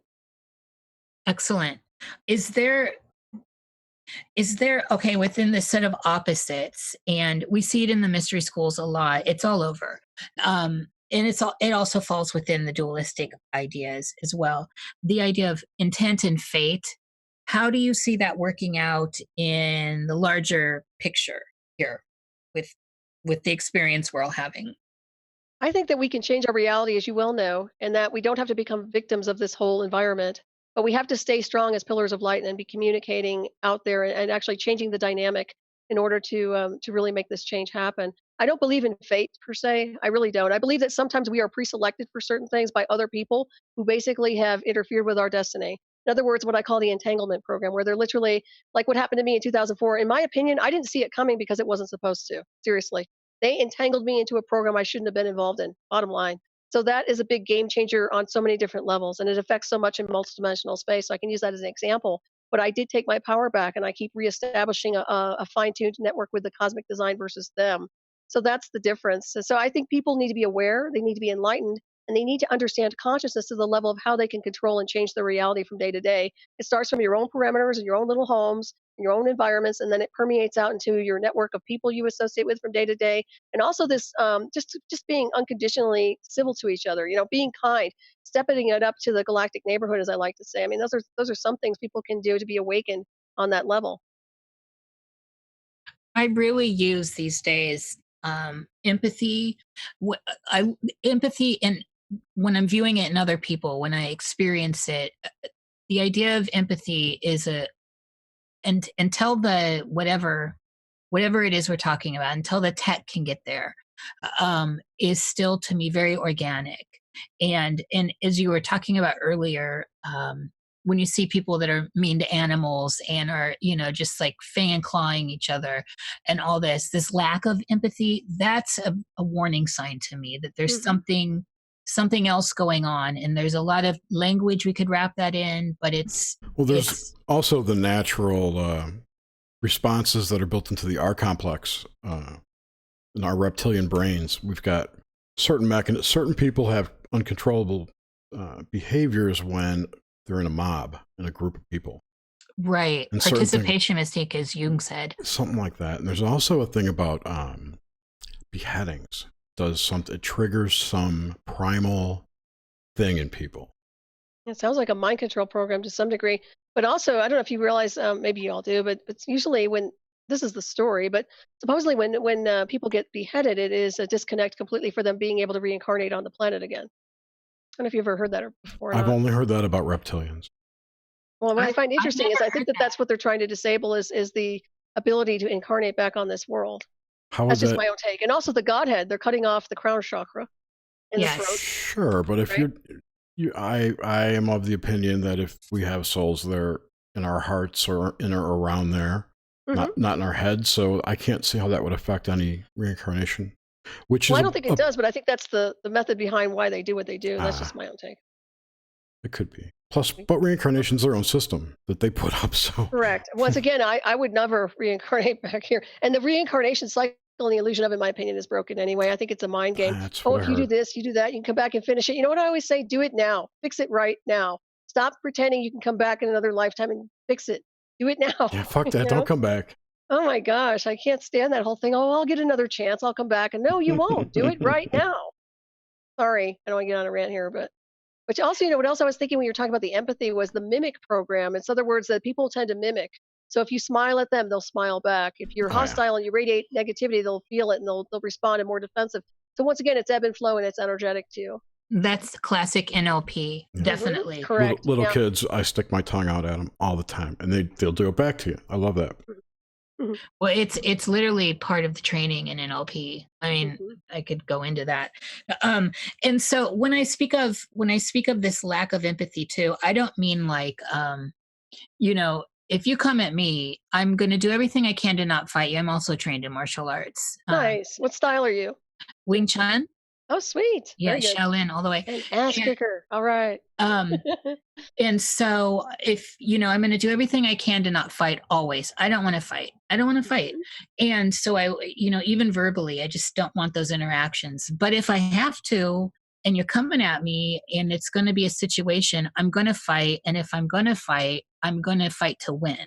So that is different from, say, like lack of empathy. You know what I'm saying? Oh, absolutely. So it's hard to parse that out sometimes when I'm asking these questions, because it's like, I'm not talking about pushovers. I'm talking about this crazy ass stuff we see now, where people are just completely detached altogether, where they don't actually feel human, which plays into that whole NPC stuff and all that we've already talked about. What about, Solaris, recurring dreams for you? Recurring dreams. I can't say I've ever had those, quite honestly. I haven't had recurring dreams or imagery. Even back in the old days, I would have experiences here and there, but they never reoccurred. So that's not something that's a pattern with me. Yeah, not at all. Not even with the technology. It's not reoccurring. It's very new and different, usually. And also, so this is something in the quantum idea of the like the double slit experiment and stuff. The idea of so we see this if we step out of the world of tech too. We see this in the ancient world, and we definitely see it in mystery schools and in magic, the art and power of observing. Right, you can change things, but now the science has backed that up. Right. What do you think about that as a driving factor in the experiences that we're all having in waking life? So let me hone in on that. Like the craziness around like the political arena. It seems like the more people observe it and get triggered by it, whatever that is, the bigger and gnarlier and nastier it's getting by observance. Correct. Yeah, I agree. Yeah, they're giving power to it by observing it and also putting their energy on it, just like anything else. It's just like remote influencing. So to some degree, you're influencing something, even if it's a positive or negative, you're feeling and you're exchanging energy. And even in the virtual field, even on the internet, we're doing the same thing. So yeah, it's a momentum and it's very destructive at this point because people aren't doing any spiritual work. They're just kind of engaging in the experience and it's getting kind of chaotic. Do you think so this is definitely philosophical, but and it's an idea. It's just an idea. It's one I've always played with. And so it's not negating the experience we're having in waking life. And it's just another angle in which I ponder. That it's possible that we are actually, I guess for lack of a better word, all dead as far as of course we can cut ourselves and die and all that, you know, like feel pain, all this stuff. Is it possible that this is kind of like a way station, waking life? I think it's a false past. I think we're living in a space-time configuration that is off, and that's why it feels like we're not alive. And the reason I say that is because of all the distortions in the manufactured technologies, as we kind of touched on earlier. But to me, we are immortal beings, and we are experiencing a timeline that, in my opinion, should not exist. I believe that we don't belong here. I believe as ancient celestial types and star beings, we are on the wrong space-time configuration and timeline, and that it's never going to feel right until we get out of here. Do you think we've been trapped? I think that they've tried to run interference to such a degree they're trying to contain us, yes. Not necessarily trap per se, but containment, however you want to respond to that. And the reason I say that is because some of the things they do with national security and the fact that they're always tagging contactees in my labs, and I've touched on this before, but the whole process behind that is to run interference against the subject so that they're not able to access their multidimensional design or beings who can reactivate them in that level or on that level too. So you're realizing that people are trying to bottleneck this whole world through technology to a point where we can't get off planet unless we are part of their group that they want off planet. Unless you're a Rothschild. Correct. Or part of the, I don't know, 1% wealthy over there. Yeah, that's their plan, but they're gonna get crushed anyway, so I'm not worried about it. In my opinion. Damn interesting stuff. Yep. And okay, so I want to dive back into some dream imagery. So if you have anything to bring to the table that you're willing to share, that'd be excellent. Okay. I'm looking for, in particular, stuff with water and deep water, and possibly like things that live in water. Interesting. Well, water. Well, I did have the astral experience I talked about with the water. Insofar as I've had experiences with the astral, once again with water and tanks, and I've touched on that before in Misha's group. So that's something that being in liquid water and being in a contained, whatever it was, a containment area where I was in water. I don't want to say it's a tank, but it seemed like a tank, a very big tank with a propulsion in the background. And I remember that, and I remember floating in the water and breathing in the water and being alone in the water and having the engine, feeling the propulsion of that behind me, and it was keeping me kind of in a stasis to a point where they were able to move me. I remember that very clearly, and that was in the 80s. So that's my water experience.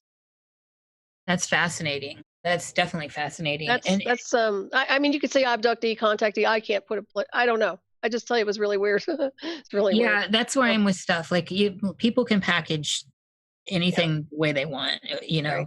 I'm just looking for those experiences. And the 80s really validates that. It sinks it into this earlier period. What are your ideas on races or stuff that we're not necessarily, it's not in our visible range of sight, living in deep water? To me, I believe that we have all kinds of interdimensional beings and a lot of what I call, I don't want to say they're astral beings, but I find them to be more elemental oriented. I believe there are a lot of different kinds of species that can navigate through the water. And the water contains access portals just like anything else. That's just another medium, but it can certainly be a medium for a portal to another destination, another dimensional field. So I believe there are a lot of different kinds of species that do reside in the water that perhaps are not picked up on through due to their own transmission and frequency. I think it's through the water that's the portal to get to space. Very good. If space is real. Well, yeah, beyond the Great Barrier. Well, and also if you go into according to my astral projection, you go in through the ocean, but you can actually exit out and actually get into space through the ocean as well. So yeah, makes sense. That would explain why yeah, because the rockets all go out to sea and then you lose them. So they must be going, if they're actually going up there, they go down to the water. It's one big cosmic ocean anyways, when you think about it. I mean, to me, it seems like we are on the bottom of the sea, just living right here in the illusion of space and time. I've brought this up before. I get a sense of that, definitely. Yeah. How do we know that oxygen isn't a liquid and that we're in basically a scuba suit and we have gills? It's just a different density of atmosphere, water versus oxygen. We have spacesuits. I mean, that's what our bioelectric field is about. And we are not in the right environment and frequency. This is a bad frequency for us. And in my opinion, I think things need to be remodulated. I really do. I don't feel like we're being helped at all through some of the things we're dealing with here. No, I think the digital waves themselves are harmful to the environment because they're not natural. They're not natural sine wave. They're square waves. And there's a whole lot of energy that's getting lost. And that's, you can think of that as, I think of it as radiation. So all that radiation is polluting the fields of everything. That's a good point. But yeah. I go so far as to say not even our energetic field, but our actual apparent physical bodies are spacesuits. I mean, we're in Sure. them. Mhm. But we're also suited for this target atmosphere to a degree. Right. I mean, we can't survive underwater or above a certain height. Unless you get calibrated for it. But if you're calibrated for, like, say, we talk about light body Merkaba, if you get calibrated to a certain dimensional frequency and field, your molecular structure changes, everything changes within you, and you can be able to navigate and actually sustain yourself on another world that's compatible with that frequency. It's about the frequency. If they were to change the dimensional fields in alignment with your frequency, you'd be fine in any place, in any space-time configuration, in any location on the map in space, if you ask me. But these things aren't managed by humans. Well, we are not from here. Let's put it that way. We know what to do through calibration and consciousness, but once again, it is being tampered with by two-leggeds. They're pulling all kinds of stunts. So. I'm sure they're messing with it, but I just can't imagine that they're controlling it. Like maybe I don't know.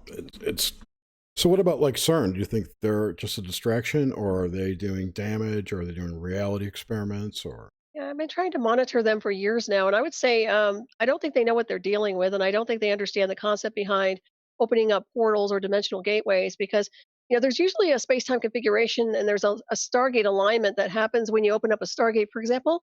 Mhm. Excuse me. And when these guys are opening up their own portals or whatever it is they're trying to open up, it's literally just tearing a rip in the fabric of space and time. In other words, I think they're just tearing holes. And with that comes entities and a lot of other crap. But I don't think they're bringing anything pure in, and I don't think they're accessing anything divine. And that's the problem for them. It's just like little kids with a miniature black hole. I mean, they don't understand what they're doing, and it can create some problems down the road, if you ask me. I also think it's slowed down some things here. I think it's created inertia and a gravity well. That's my own take. Mhm. And that's why I keep saying we're in the wrong space-time configuration. I'm not sure if CERN actually had 100% to do with that, but we are definitely not operating on the right timeline and frequencies. We're definitely not resonating on those right vibrational fields. I think it was 2 years ago they moved up the particles that were colliding from hadron particles to lead particles, and they achieved Hmm. like 1,000 times. They got up to, I think it was like 3 tera electron volts out of these collisions. This year, I heard they were going to start colliding gold particles. I Oh, just interesting. thought that was really interesting. Like, okay, what's going on there? Yeah, no, I don't know what's going on at CERN. I think, to me, they're like the bots banging on the Supreme Court door. They just don't know what they're doing, and they Right. think it's Reckless. right. They believe it's correct, or they're on a mission, or whatever. Right. Well, the answer lies through the stargates, and it lies through the sun too. I mean, I'm not going to give them all the information. I'm sure you guys figured it out, but we already know how to fuel ourselves, and the bioelectric field knows how to respond to certain levels of what we call light body and Merkaba, which is the vehicle of light, which actually allows us to navigate beyond the illusion of space and time in our own bodies. So whatever they're looking for, what they call the God particle or a lot of other particles, is really connected to photon, and it's Which, it's really not rocket science. but and I heard this. There's a guy on YouTube who's got really interesting views on science and natural science specifically, and he's been talking about. I heard him talking about light and what light is. And I've always personally had a problem with light since high school. It's like, this does not make any sense. Anyway, it's supposedly a wave and a particle at the same time, and it also is in a packet. The photon is a packet of energy, yada yada. You know how normal physics, the standard model of physics describes it, right? He says basically that if you take light and what we call light and split it into two things, you've got a phenomena of illumination that occurs, and then you've got energy being shot think of it as an invisible laser beam, right? And his idea is that light is actually a function of the domain we're in. And the energy hitting this light domain illuminates that point. Interesting. Well, it's a way to look at it. I Yeah. mean, you could look at it on a holographic scale too, on that level, but very, very interesting. Yeah, I'd have to check his website out. Yeah, it's really interesting stuff. He's got magnetism. He talks about how that's all wrong. It's all not really the way that people think it is. Hmm. He's great. Well, I know magnetism actually is where it's at, not gravity. And of course, I don't know what the deal was with the old totem scientists of old. I'm not sure, except for Tesla. I'm not certain insofar as why they had those guys out there, because a lot of their information, in my opinion, was not correct. I'm not even sure Tesla existed. Well, his information and technology did. That's for damn sure. Well, I hear He that. was a walk-in. I think he was a walk-in. He's an off-brother. something. He was Yeah, definitely. he's unique. I love his work. And unfortunately, they weaponized a lot of it. But man, oh man, it was had they just gone full speed ahead with the right usage of what he wanted, I think we would have had a great world. If you know who Eric Dollard is, right? Mm-hmm. Eric Dollard has talked about Tesla's, was it Radcliffe Tower? This wireless energy thing? Wardenclyffe. Sorry, I apologize. Wardenclyffe Tower. That today, the way it worked is it actually sent the energy through the planet. Mm-hmm. It didn't go through the air. And with the energy consumption of today's devices, it's impossible to use it. It would make the planet explode. Yeah, that's very interesting. Yeah. Well, they have their own death ray, supposedly. Yeah, I don't know. I don't see people. I mean, the black sciences, but yeah. I'm sure they must have. If they have it, they have everything. So it's like, unless I see, but there's always a bigger bully on the block, and that's why I always say, be careful what you do with these black sciences. And I've always warned those guys, excuse me, because there's an off-world race that's very compassionate and loving, and I'm very clear that there are off-world species out there, even though I don't communicate with them day to day.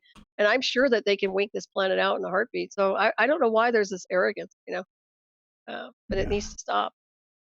Yeah, it's craziness. I'm sorry, Nish. I get the dream stuff over. No, this is Cherry. I love it. Online with all this that you're talking about right now, and I feel like we have a good understanding. I feel like I kind of know what you may say here, but D-Wave computers.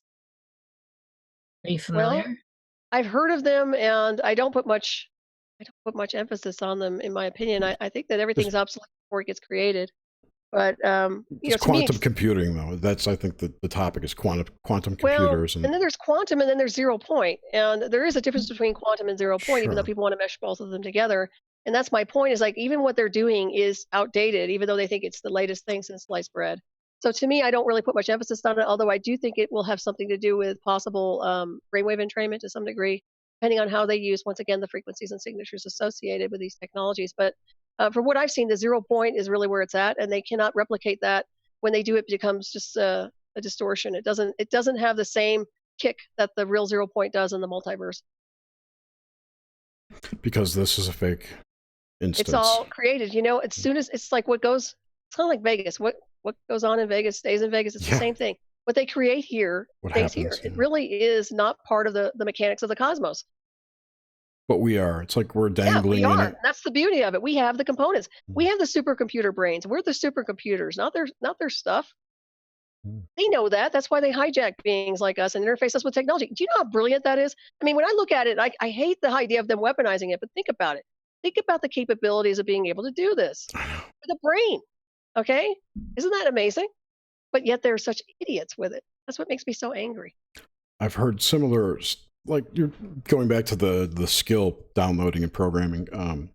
I've heard other program participants discuss things like visors where they have some deep learning like jammed into their eyeballs through a series of pictures and whatnot. Like learn a language in 15 minutes or an hour or something like that. Oh, you can do that with a signal interface. You don't need any headset. You don't need a visor. The stuff that they're doing that's more mainstream is going to have all the gadgets. But normally you can just do the signal interface and you can get a download. You can get data streams. You can get information. You can get pictures. You can get anything. Yeah, that's why it's sci-spy. That's why they call it sci-spy technology. It sounds amazing and sounds like it'd be great to have, but it's like, oh man. I don't want that shit in my body. I was very naive in a sense that I trusted my handler completely, but I was also being controlled and handled, and I didn't realize that I was completely entrained. And I was not afraid of it because it wasn't, in my opinion, I felt like this was really new and it was something that I could work with on the technological level, but it became mind control and a lot of other negative things down the road. So it has its potential, but I'll tell you what, there are agencies involved that are very evil, that are involved in these things, and they really want to control it. They want to control it and anybody who has access to it, and it's not good. Just imagine if it got out, and you think today what kind of data capture is going on by the system, right? Almost all of our digital communications are filtered through some government thing. Yep. If there was some kind of device or technology that came out like that, what kind of data collection do you think they would have then? I mean, it's like invasion of privacy out the wazoo, and that's why I called it in 2006 when I testified. That's why I've been pounding the doors down on DC, because I'm trying to mention this. Like, this is basically an invasion of privacy, because whatever I have access to, my handler has access to. Back in 2004, my handler had access to everything. Everything. They're more concerned about who's stuck, who's dick, and whom. That's right. And isn't it stupid? Yeah. I mean, I just It's don't get me started with that crap. I know I get annoyed too. And like I said, I was out there and nobody paid attention to my case. It was shoved under the carpet and they did a lot of damage control and sanitization. And then this clown shows up and, I'm like, don't get me started with what happened, a couple weeks ago, but geez, I get very offended because I've been through the mill with this technology and I'm still here and I'm gracious and everything, but geez, nobody said anything to me. I wasn't asked to go talk out there in DC. They're trying to snuff me out. Mhm. So, well, don't get me started. Don't read. I could digress, but it just I'm sorry. irritating. All right, it's my Aries. Sorry, Niche. No, that's totally Aries. I'm smiling about it. Oh, please. I love when people get What sign are you, impassioned. Niche? What sign are you? Taurus Sun, Gemini Moon. Nice. Leo, Gemini Rising, Leo Moon, 12th, Oh. 11th house Sun. I could go into my chart, but Cool. I think it's the Mercury, the Gemini Rising. Oh, that's a good communicator, though. What about you, Jerry? I'm a Pisces sun with a Scorpio moon. Ooh, wow, that's intense. That's nice, though. Very psychic. You are. Water with Jerry. Yes. I And got also no, good detective. no fire. Life Maybe a good path 7 too. So Oh, wow. I got it all lined up. Just got to stay, straight. Very interesting. What Solaris, what about sleep paralysis? Have you experienced that? I never had sleep paralysis. I did have when I was inducted in 2004. It was I wouldn't call it paralysis. It was definitely when they hit me with a frequency, it definitely makes you want to just kind of freeze. But it wasn't really like I couldn't move. It was just a different space and dimensional field, is the way I call it. So I've had that before, and of course, a lot of people with contactees would like to call it that, but it's not that at all. It's a technological interface that creates a different kind of field around the body. Yeah, but I could move if I wanted to, but it was just very different. That's as close to stasis I've ever been in.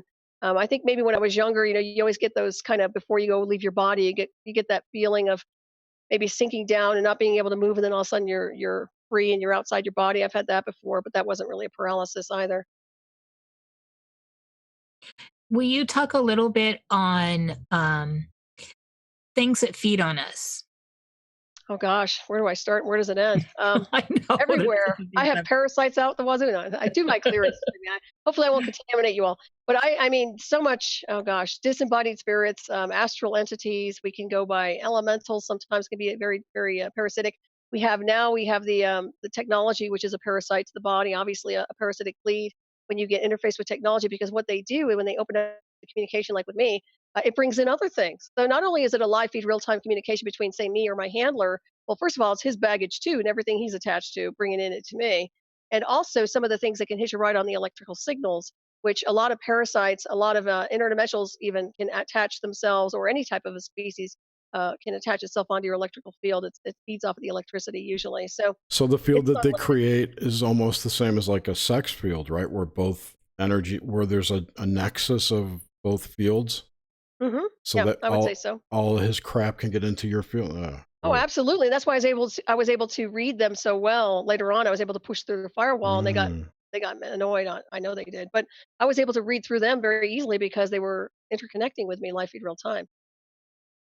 So, Do you think that they chose you because you were psychic?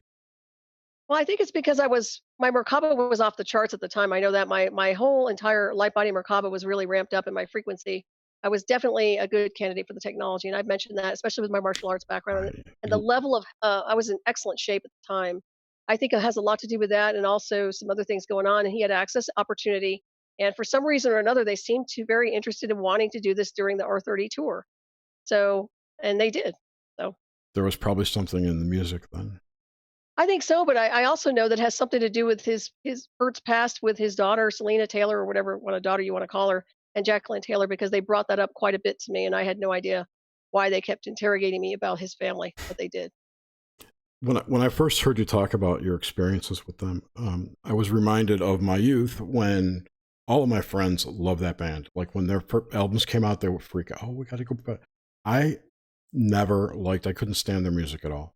And it was always a turn off. But like looking back now, I could see why I think I was picking up on that. It was Right, I interesting. think you were too. Yeah, and had it not been for and this was back in the 80s, by the way, but had it not been for me sending my poetry into Purr just tongue in cheek as a joke, because people used to say I wrote like him. I would have never, ever contacted him. I mean, that was the only reason I wrote to him. I was just literally, people said, you write like Neil Peart. I had no idea who he was. And then they played the Rush album, the 2112, and they said, you write just like him, because that's when I was doing a lot of my poetry and writing and a lot of other things. And then he sent me the postcards back. And that's what started the communication with him and I over the years. Just postcards. You know, I would send him something. He sent me a postcard back. And you don't think you lit up some kind of display for them somewhere? Some scanner picked you up I must have lit up something. I don't know. And you're right about the vibe, because after I started doing more spiritual work later on down the road, I didn't want to listen to their music anymore. It made me feel sick. It really did. And I started ascending more into higher levels of frequency and consciousness. And it didn't feel good anymore. But the only reason I reached out to him in 2004 prior to the induction was because my kickboxing students had said that he had gone through a tragedy and that he lost his family. And I felt bad because I had not communicated with him. And I sent my book, Transmutation Through Ascension, very innocent. I didn't realize that it was going to, set off the nuclear warheads, but apparently it did. So I get the feeling it didn't. I just do. And that's good. That you were pulled in and made to feel that way. Well, whatever it was full speed ahead and no mercy was shown. I can tell you that much. So I wish they had never done it. Took away my entire life, and people can watch the documentary. Well, you can come back and do it again. Oh, no way, man. I don't even want to see my ex. I adored my ex-husband, Steve. He was my soulmate. And I tell you point blank, I will not go back. I will not relive this in an alternate reality. I'm done. That's it. Okay. I was teasing. I was kidding.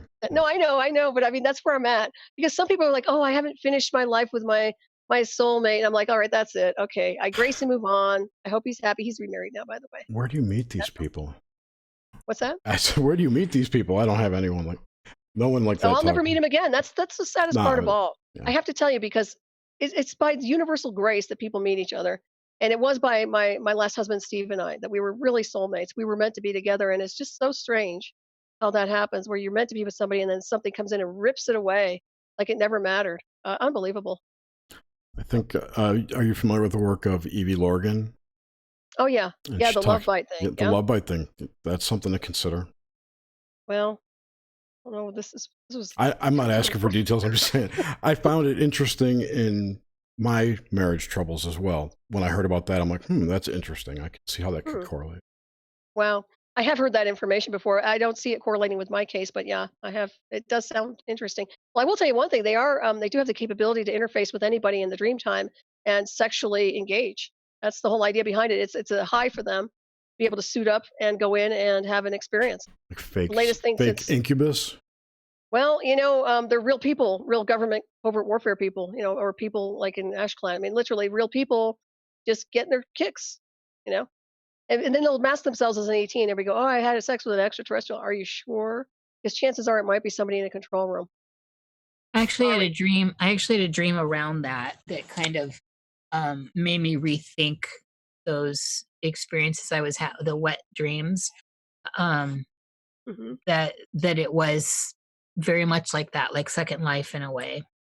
The game. Right. And I can also say, I mean, there's sometimes when you're psychically in tune to somebody and you're attracted to them and there's a chemistry and obviously there's an interaction, sometimes it's beyond the illusion of space and time is what I call it. But then there's the other stuff that goes on, which is more insidious. That's literally about, completely just unacceptable behavior in engaging with somebody who's literally not expecting you to show up in their room.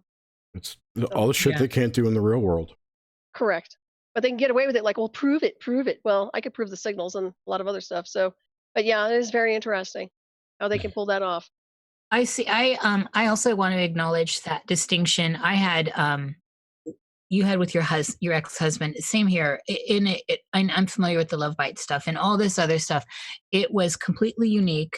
I mean, when, I left, but we needed to part, for whatever reasons. It feels strange, but it was way deep. It was deeper than this programming that people talk about. And I don't buy into the whole twin flames thing, but it was on that level where it was intense. And I've had some intense romances. I am ruled by Venus. So, and I have Venus in Aries. So oh, wow. I've enjoyed that side of my life in the militant past. Sexual. Well, Marilyn Monroe had that. It's just in your face sexuality. That's but good. It's actually placed me in some rather passionate situations that are great. So yeah, it was it was pretty intense. And in the totality of my life, like nothing is, that person, my ex-husband, is that experience was completely unique. It was nothing like I've experienced here and there before. And I had lots of infatuations and that lovey feeling, but it was on a way different level. Again, I left. So I felt like there was a sense of needing closure. I wanted to ask, and this will be kind of my closing question as far as the Nox Mente. As far as this, I'm always jumping in when tangents happen. But I want your perspective on what is going on right now in this time space experience we're having with all this craziness all over the world. And this includes the deeper stuff, like the clearly the timeline earth is stuff. shaking up. Well, the earth is shaking up. We have crazy weather and we know that's manipulated. But then there's, everyone's, well, I don't even have to say it right now. That's how crazy the world is. You can say what's going on with all this craziness, and everyone knows that there's craziness. What's going on, Solaris? Yeah. Well, in my opinion, I think that mankind is out of alignment with the galactic design, and he's not really meshing with what I call the full light universe. That has a lot to do with social engineering. That has a lot to do with being disconnected from what I call source. People not doing the spiritual work or any kind of consciousness work to a point where they're completely reacting on their socially engineered behavioral patterns, which is literally manufactured by centuries of lies and deception. So if I look at the whole spectrum of where mankind has been, it's been a complete distortion, navigating in the distortion and putting more dysfunctional patterns and frequencies overlaying onto the persons and people on this world to a point where they cannot even think clearly because there's too much interference running into their brainwave activity. So that's what I see. Insofar as a solution, I think would be to negate the black satellite programs and actually start streamlining technology to a point where it can be regulated and there's none of this brain hacking and stuff going on. And also an entire raising of consciousness, which is going to take an act from the multiverse to do. So I would say Earth changes, yes, but also created by oppression and restriction and energies that are literally confining this world to a point where it's not becoming functional anymore. As we all know, once you start shutting things off, the system doesn't work right anymore, and that's what's happening. If you look at like a big computer screen, you can talk about switching things off, but this world is not functioning properly. It cannot breathe the spiritual air. So I think that's going on with people. They're frustrated and they're acting out because they're not spiritually breathing either. What do you think is the trajectory right now, this timeline? Where's this going?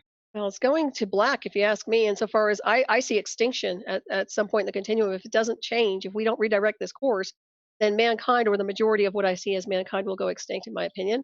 I believe that those of us who are switched on in consciousness and who are what I call star beings will eventually ascend out of here and go to the next, where we belong, into the multiverse and the full light universe. And I've always said I'm taking the animals with me, so I'll find a way to get them off planet.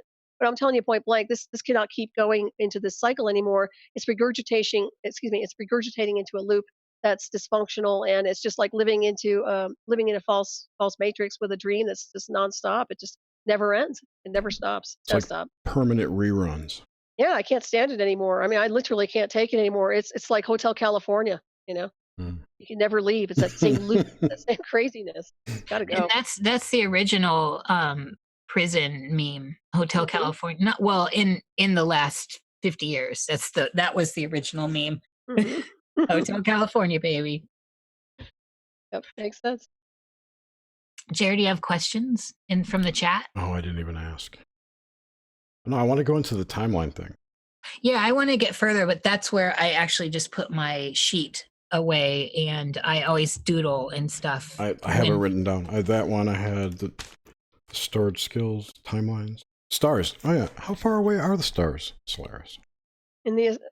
Stars, there is no time, there is no space, there is no distance. It's truly consciousness and motion. So when people say there's only so many miles between such and such, or distance and parsecs or whatever, I'd have to say it's through consciousness that we go to our destination. So it's non-relative. That's the whole idea behind it. And we also contain the miniature universe within. Right. About it. So it's really about, we already know the destinations. This is why they kept saying, we know how to take ET home. Really, it's through consciousness. It's really about how we are able to navigate through our minds, the very sacred vessel of consciousness. Right. I'm totally on board with that. Can't get there in a rocket. Sorry, I derailed. That was the other one. Timelines. So you mentioned about timelines, and there's a lot of talk of timeline dissolution or aggregation or coalescing, however you want to think of it, or other timelines that were false timelines being destroyed or shut down or whatever, however that works. So, is that true? Has it happened? Have there been false time? Did the Philadelphia experiment really create a space-time rip that, did crazy shit? I actually think the Philadelphia experiment did do some damage, but I will say timelines and the illusion of, once again, time is a benchmark of measure. It's created by man. It doesn't exist off planet, truly. So we're dealing with something that's been created here. It's created through states of consciousness and belief systems. So those can be labeled as a false timeline or a false template. Say all the censorship that's been going on throughout the decades with schools and colleges. That's another example. People are being taught the wrong data, and they're using that data in everyday life. Well, that's a false timeline too, because it's not accurate, right? So we have all these things that are colliding insofar as fragmenting between the spaces of truth and lies. And I think that's part of the problem that we're running into. So those things do eventually dissipate because they're created in kind of a linear world, a world that has no foundation in the cosmic design, or what I call the full Akashic. So man's Akashic is not compatible with the full Akashic because it's an exaggeration. It's all BS. So that's where the bleed-through effects come through, and that's where the timelines collide. And in my opinion, I think that you're seeing an implosion of timelines based on lies and deception because we're lifting the veil, we're removing everything, and we're looking in between the layers, and now we're expressing the truth. And with that truth comes the deception, the programs that they've been running all disintegrating, and that's part of the timeline process. So I think that's what's creating the rifting, to be honest. Hopefully that makes sense. Yeah, it does. I thought of something while you were talking, but now I forgot what it was. Oh, was it too long-winded? Sorry about that. No, it's okay. It was great. I was reading the chat. That was a mistake. I stopped. My eyes locked on the chat. I'm like, oh, damn. That's why I can't look at chat at all. I haven't been tonight. I've really been listening. All right. It's probably best you don't. I can't do it. I love our chat. We have great people. Oh, good. Well, Darcy's asking questions. I'm like, I'm not asking them. Oh, hey, Darcy. Hey, Darcy. Yeah. We have an awesome chat. We have a core group of people that are just rad. Core psychos. I have a couple questions since we're in this. We're in October. It's the season of the witch. You're a witch. I'm a witch. I want to know give us a little bit about your witchy side. Okay. On my witchy side. Well, insofar as that goes, I have affiliations with a few covens. We're usually pretty cloaked and left-hand path oriented to some degree. And I also have my own coven, which is Blue Star Fortress, which I created. And I tend to associate myself with a lot of people who are elders of the clergy, insofar as people who are kind of not retired witches, but just kind of relaxing and taking it easy a little bit versus some of the other stuff that goes on. So that's pretty much where I'm at insofar as my circle work goes and ceremonial work. I connect with a very small group of people, and we celebrate Samhain, and we'll probably have a little bit of I don't know what we're going to pull off this time around, but gatherings here and there. But that's kind of me and my witchy side. It's very cloaked insofar as everyday world goes, and here in this town. But we we don't hide either. So I don't know if that really answers anything. No, that's good. That's good. I was way out in the scene in the 80s and up to early 90s. I mean, it's part of who it's part of who you are. So it's always there, and people are always able to smell the difference. Yeah, they are. That's interesting you say that, because even in the old days, they would call me that, and I wasn't really grasping it because I wasn't really aware. I wasn't fully engaged in initiations or doing anything on the ceremonial level. I was just kind of wearing the pentacles and being into earth magic, that sort of thing. So it's very interesting. Yeah, it's the whole, like for me, the circle, the compass, whatever you want to call it, grind the stone. It's all, there's so much to it. And I often say, I just said today, because I met someone through on my personal channel, a video that I think is going to be a great new friend. At first, I didn't know if she was friend or foe. So we sussed each other out. But I tend to approach it with, I'm not the kind of witch you read in books. There's so much, the New Age came in and really changed up the scene. And I don't know, it just got co-opted. Mm-hmm. And yeah, it still is. Yeah, if you go to the Grand Coven over here, you'll see a lot of boohoo, weird, woo-woo crap. I don't know what it's called. I call it bitchcraft too. A lot of bitchcraft, a lot of ego. Yes, it's Wiccan. Yes. It's Wiccan. Yeah, it's definitely not very. Yeah, it's not a lineage craft. It's just It's the you know, and I shit like that Crowley Wiccan. I mean, there's wrote. parts to it, but yeah, It's yeah, not I get solely it. Wiccan, and there are great Wiccans out there. I'm not a Hmm. Wiccan, and that's one of the distinctions I make. But Hmm. I was deaf. I'm a lifelong witch. I'm a born witch, and I do believe I have a sense that like with everything, the ugly duckling, right? I think you're born into to something. You're on a trajectory, and the way I sussed out what the differences were for me in my life, all kind of skirted around my ideas of what a witch is, which is not something that you can read about. Yes, Right. there are fragments. Of course, I love the decoration of our classical scary Victorian witches, and I love all that. I am shrouded in Victorian witchiness with carved everything and all that. I love that. Don't get me Hmm. wrong. The look of it's great. But there's so much more, and the whole like hedge witch and natural witch, to me that's one gate on the circle on the compass. That's the earth gate. You learn about that stuff, and that's one aspect to it. But then there are other gates. You even have a circle. And Hmm. so it seems really fragmented, and then there's a sense of I think anyone I consider up to par has a sense for outside of this reality, right? Hmm. And outside of, and they don't get, there's no hangover with Christianity and in Judaism. There's no hangover there. Hmm. You can experience, you can pull out and find that the gems are everywhere.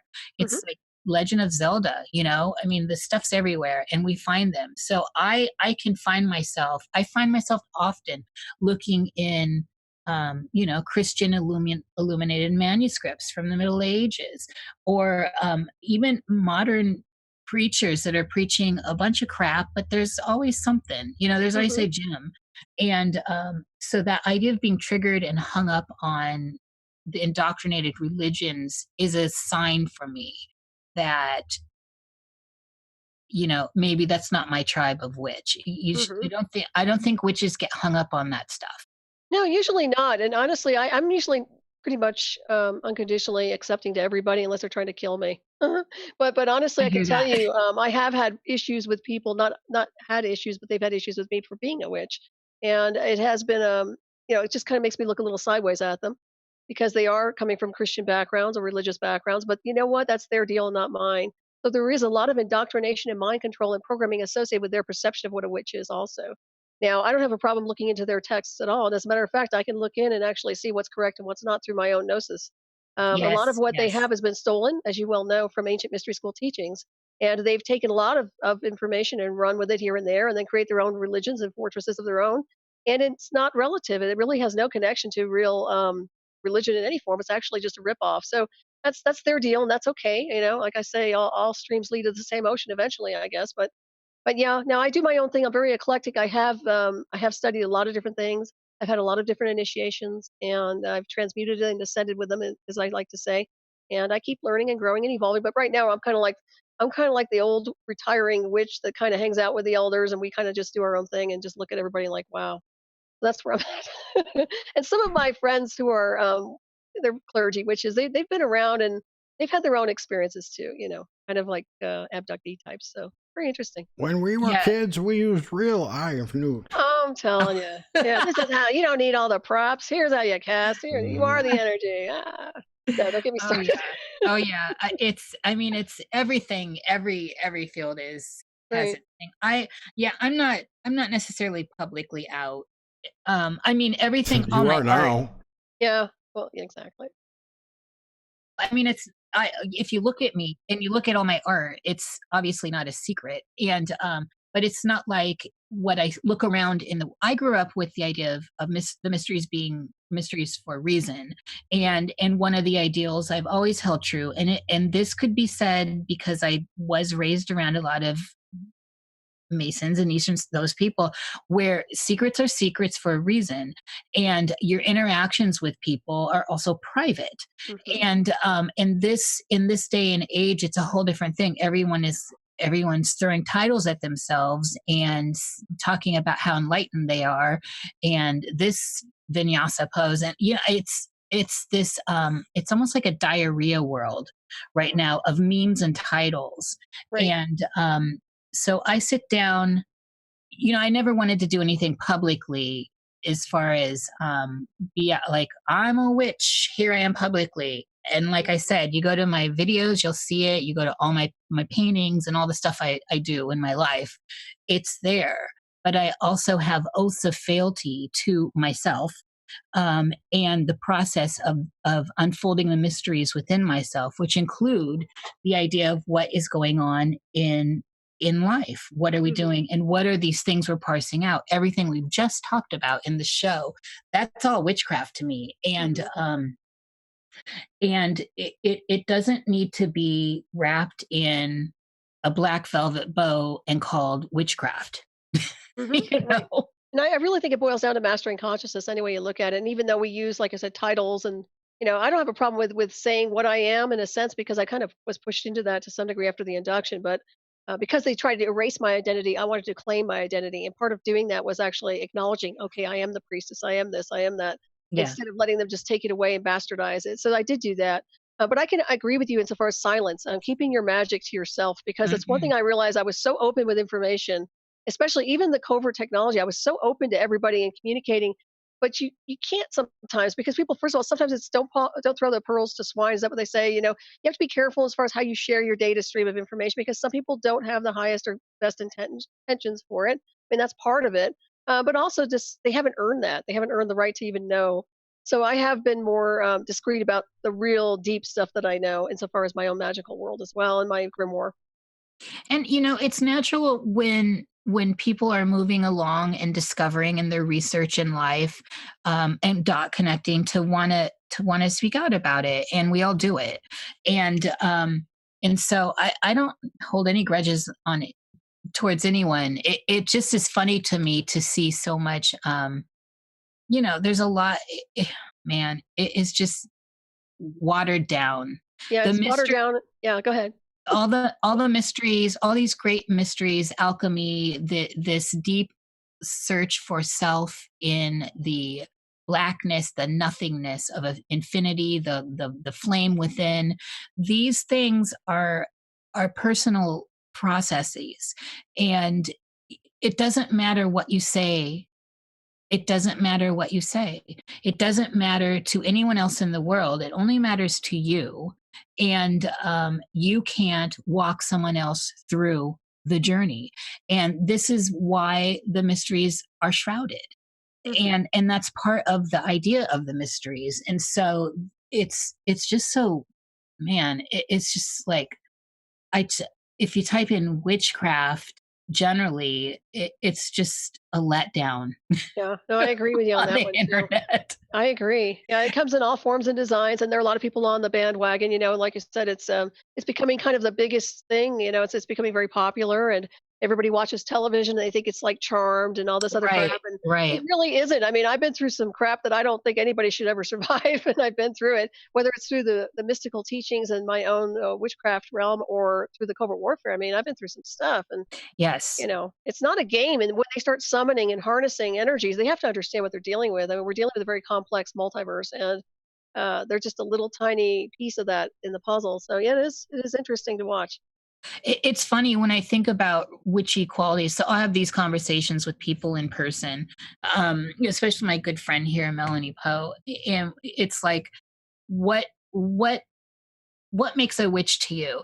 And it's always like, they're very simple exo stuff, exoteric things, like keeping a promise, right? Like valuing privacy and conversations. Wow. I mean, that's major, and it's so uncommon. It's uncommon. It's becoming increasingly more uncommon. Stuff like that. That comes down to really a sense of personal integrity.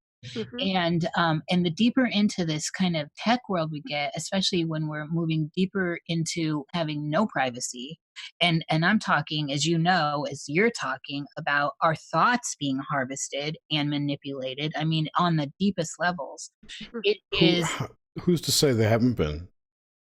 Well, this is one of the witch powers, I think, is to develop to develop nonverbal linguistics, right? So to develop a sense the classic witch powers, so clairvoyance, clairaudience, these things, and then to suss out, as Solaris is constantly talking about and doing the community a service by talking about these things, what is actually organic and what's not, because that's becoming increasingly hard to tell the difference of where are we being manipulated, and then at the core of that, are you manipulating yourself? Good point. And also the weaponization, because of the weaponization, there's the when I talk about the interrogation aspects they have. So that's the witch hunt also. So in other words, they put the witch through the witch hunt. They put them through interrogation, torture, harassment. That's the potential of some of these programs that I'm talking about tonight, even with the synthetic telepathy. So you have a persecutor with live feed, real time communication system lined up to attack you for being the divine being you are, or multidimensional being, or whatever witch, or whatever you want to be or choose to be on the timeline, and also hijacking your abilities and gifts. So there's a lot to be looked at there on so many different levels.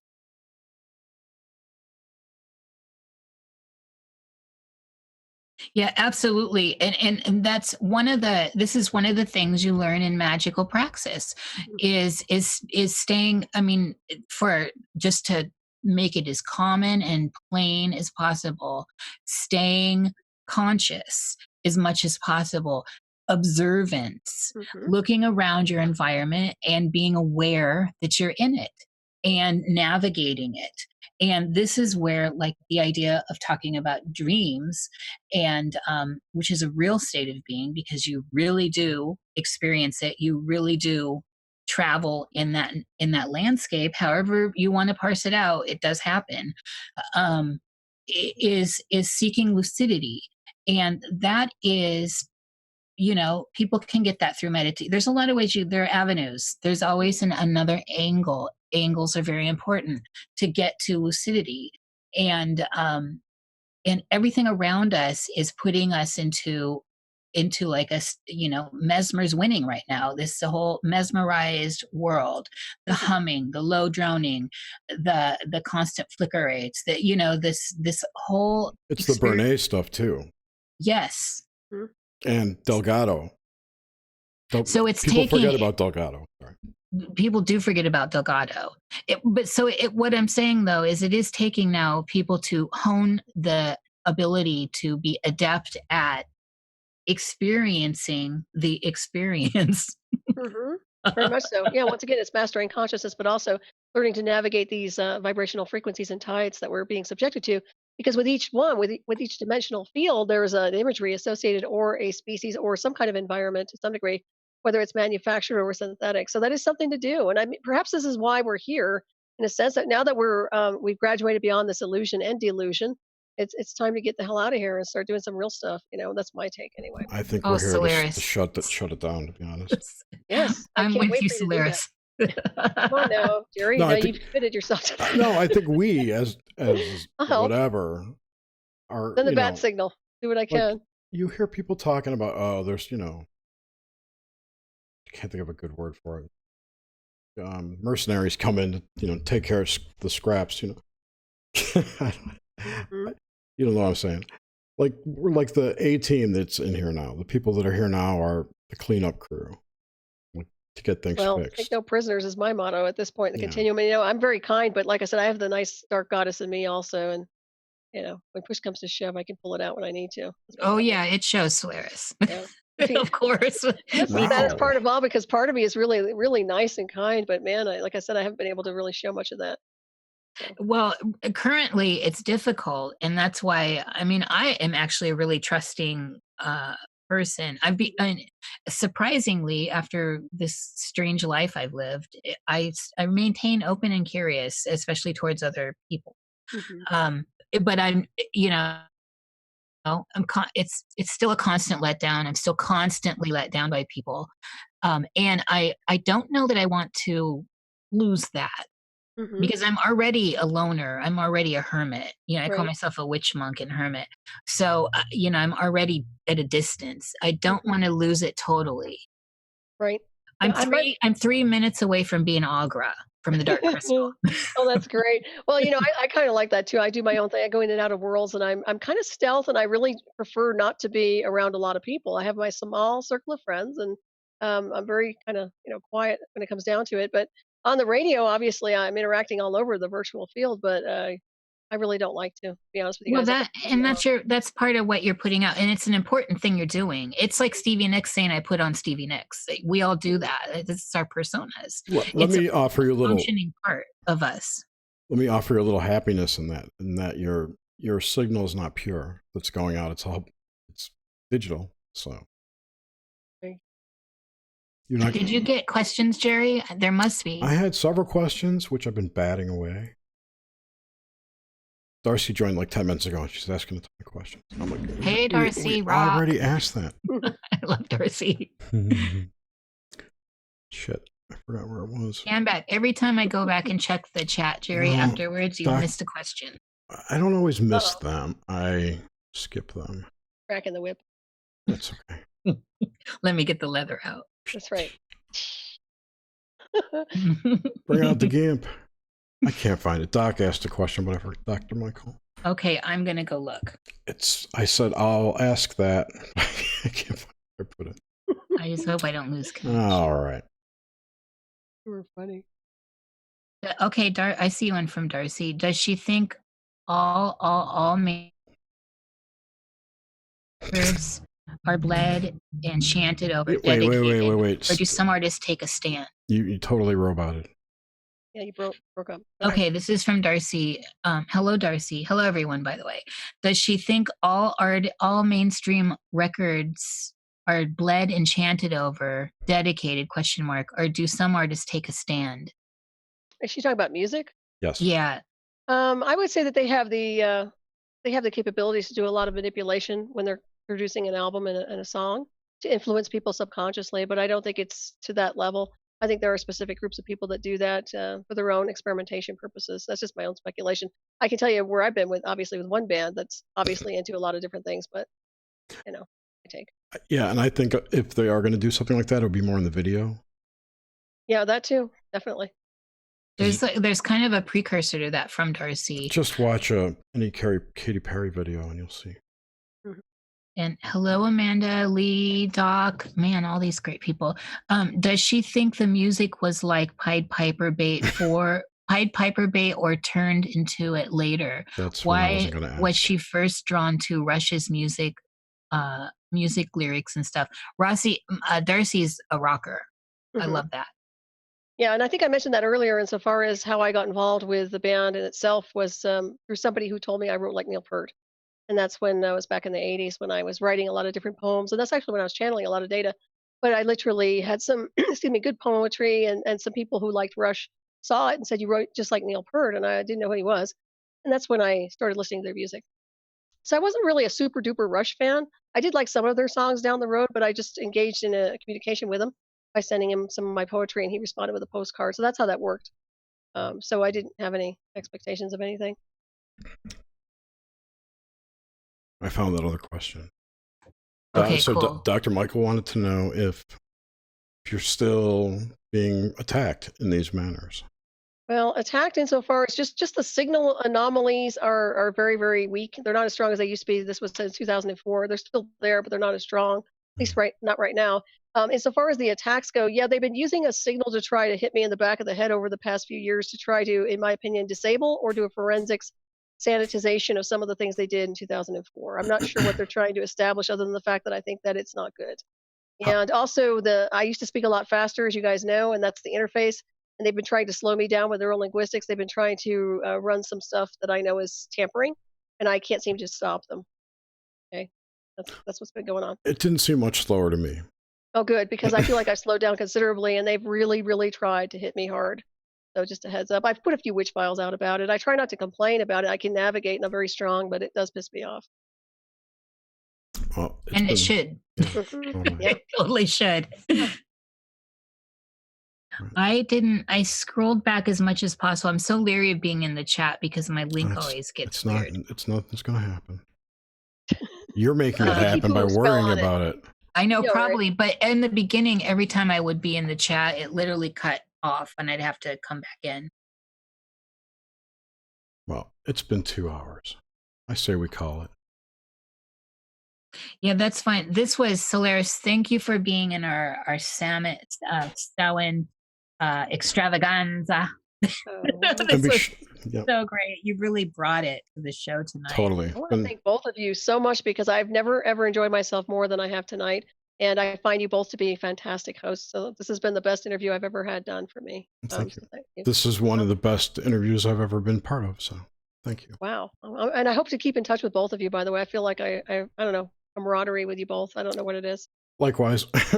Yeah. Definitely. This was. It must be the witchiness. I know, right? That's the way of putting out the wave.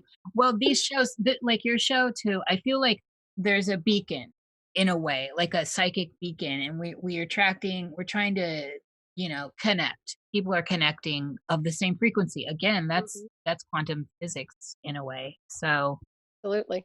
Anytime you all want to be on my show, you're more than welcome. Hyperspace, if you'd like. Heads up. Sure, anytime.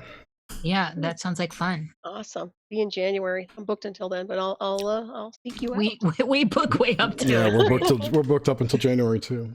Wow, interesting. Everyone's dying to get on the show. Anyway, Thank you, Solaris. Thank you, everyone else. Be sure to tune in next week where we have Thomas Sheridan from Ireland, and it's going to be at a special time because he's in Ireland. Oh. It's at 5 p.m. Eastern time. Wait, so what time is that for me, Jerry? 5? That's 3, 2. 4, 2. 2. 3, 4, 5. 2 p.m. Pacific. Wait, 2. Ooh wee. Yeah, you're gonna have to get out of bed. I'll early. make sure I have my tea earlier. Yeah. Yeah, we hope. All right. Thank you, everyone in the chat. It was thrilling to actually go in the chat for a minute. Yeah, she's a little moist now, probably. I know. And Solaris, I'm just honored. Thank you. This was better than I thought. Thank you. It's been my pleasure. Really enjoyed it. Great. Thank you, everyone. Have a good night, and talk to you next week.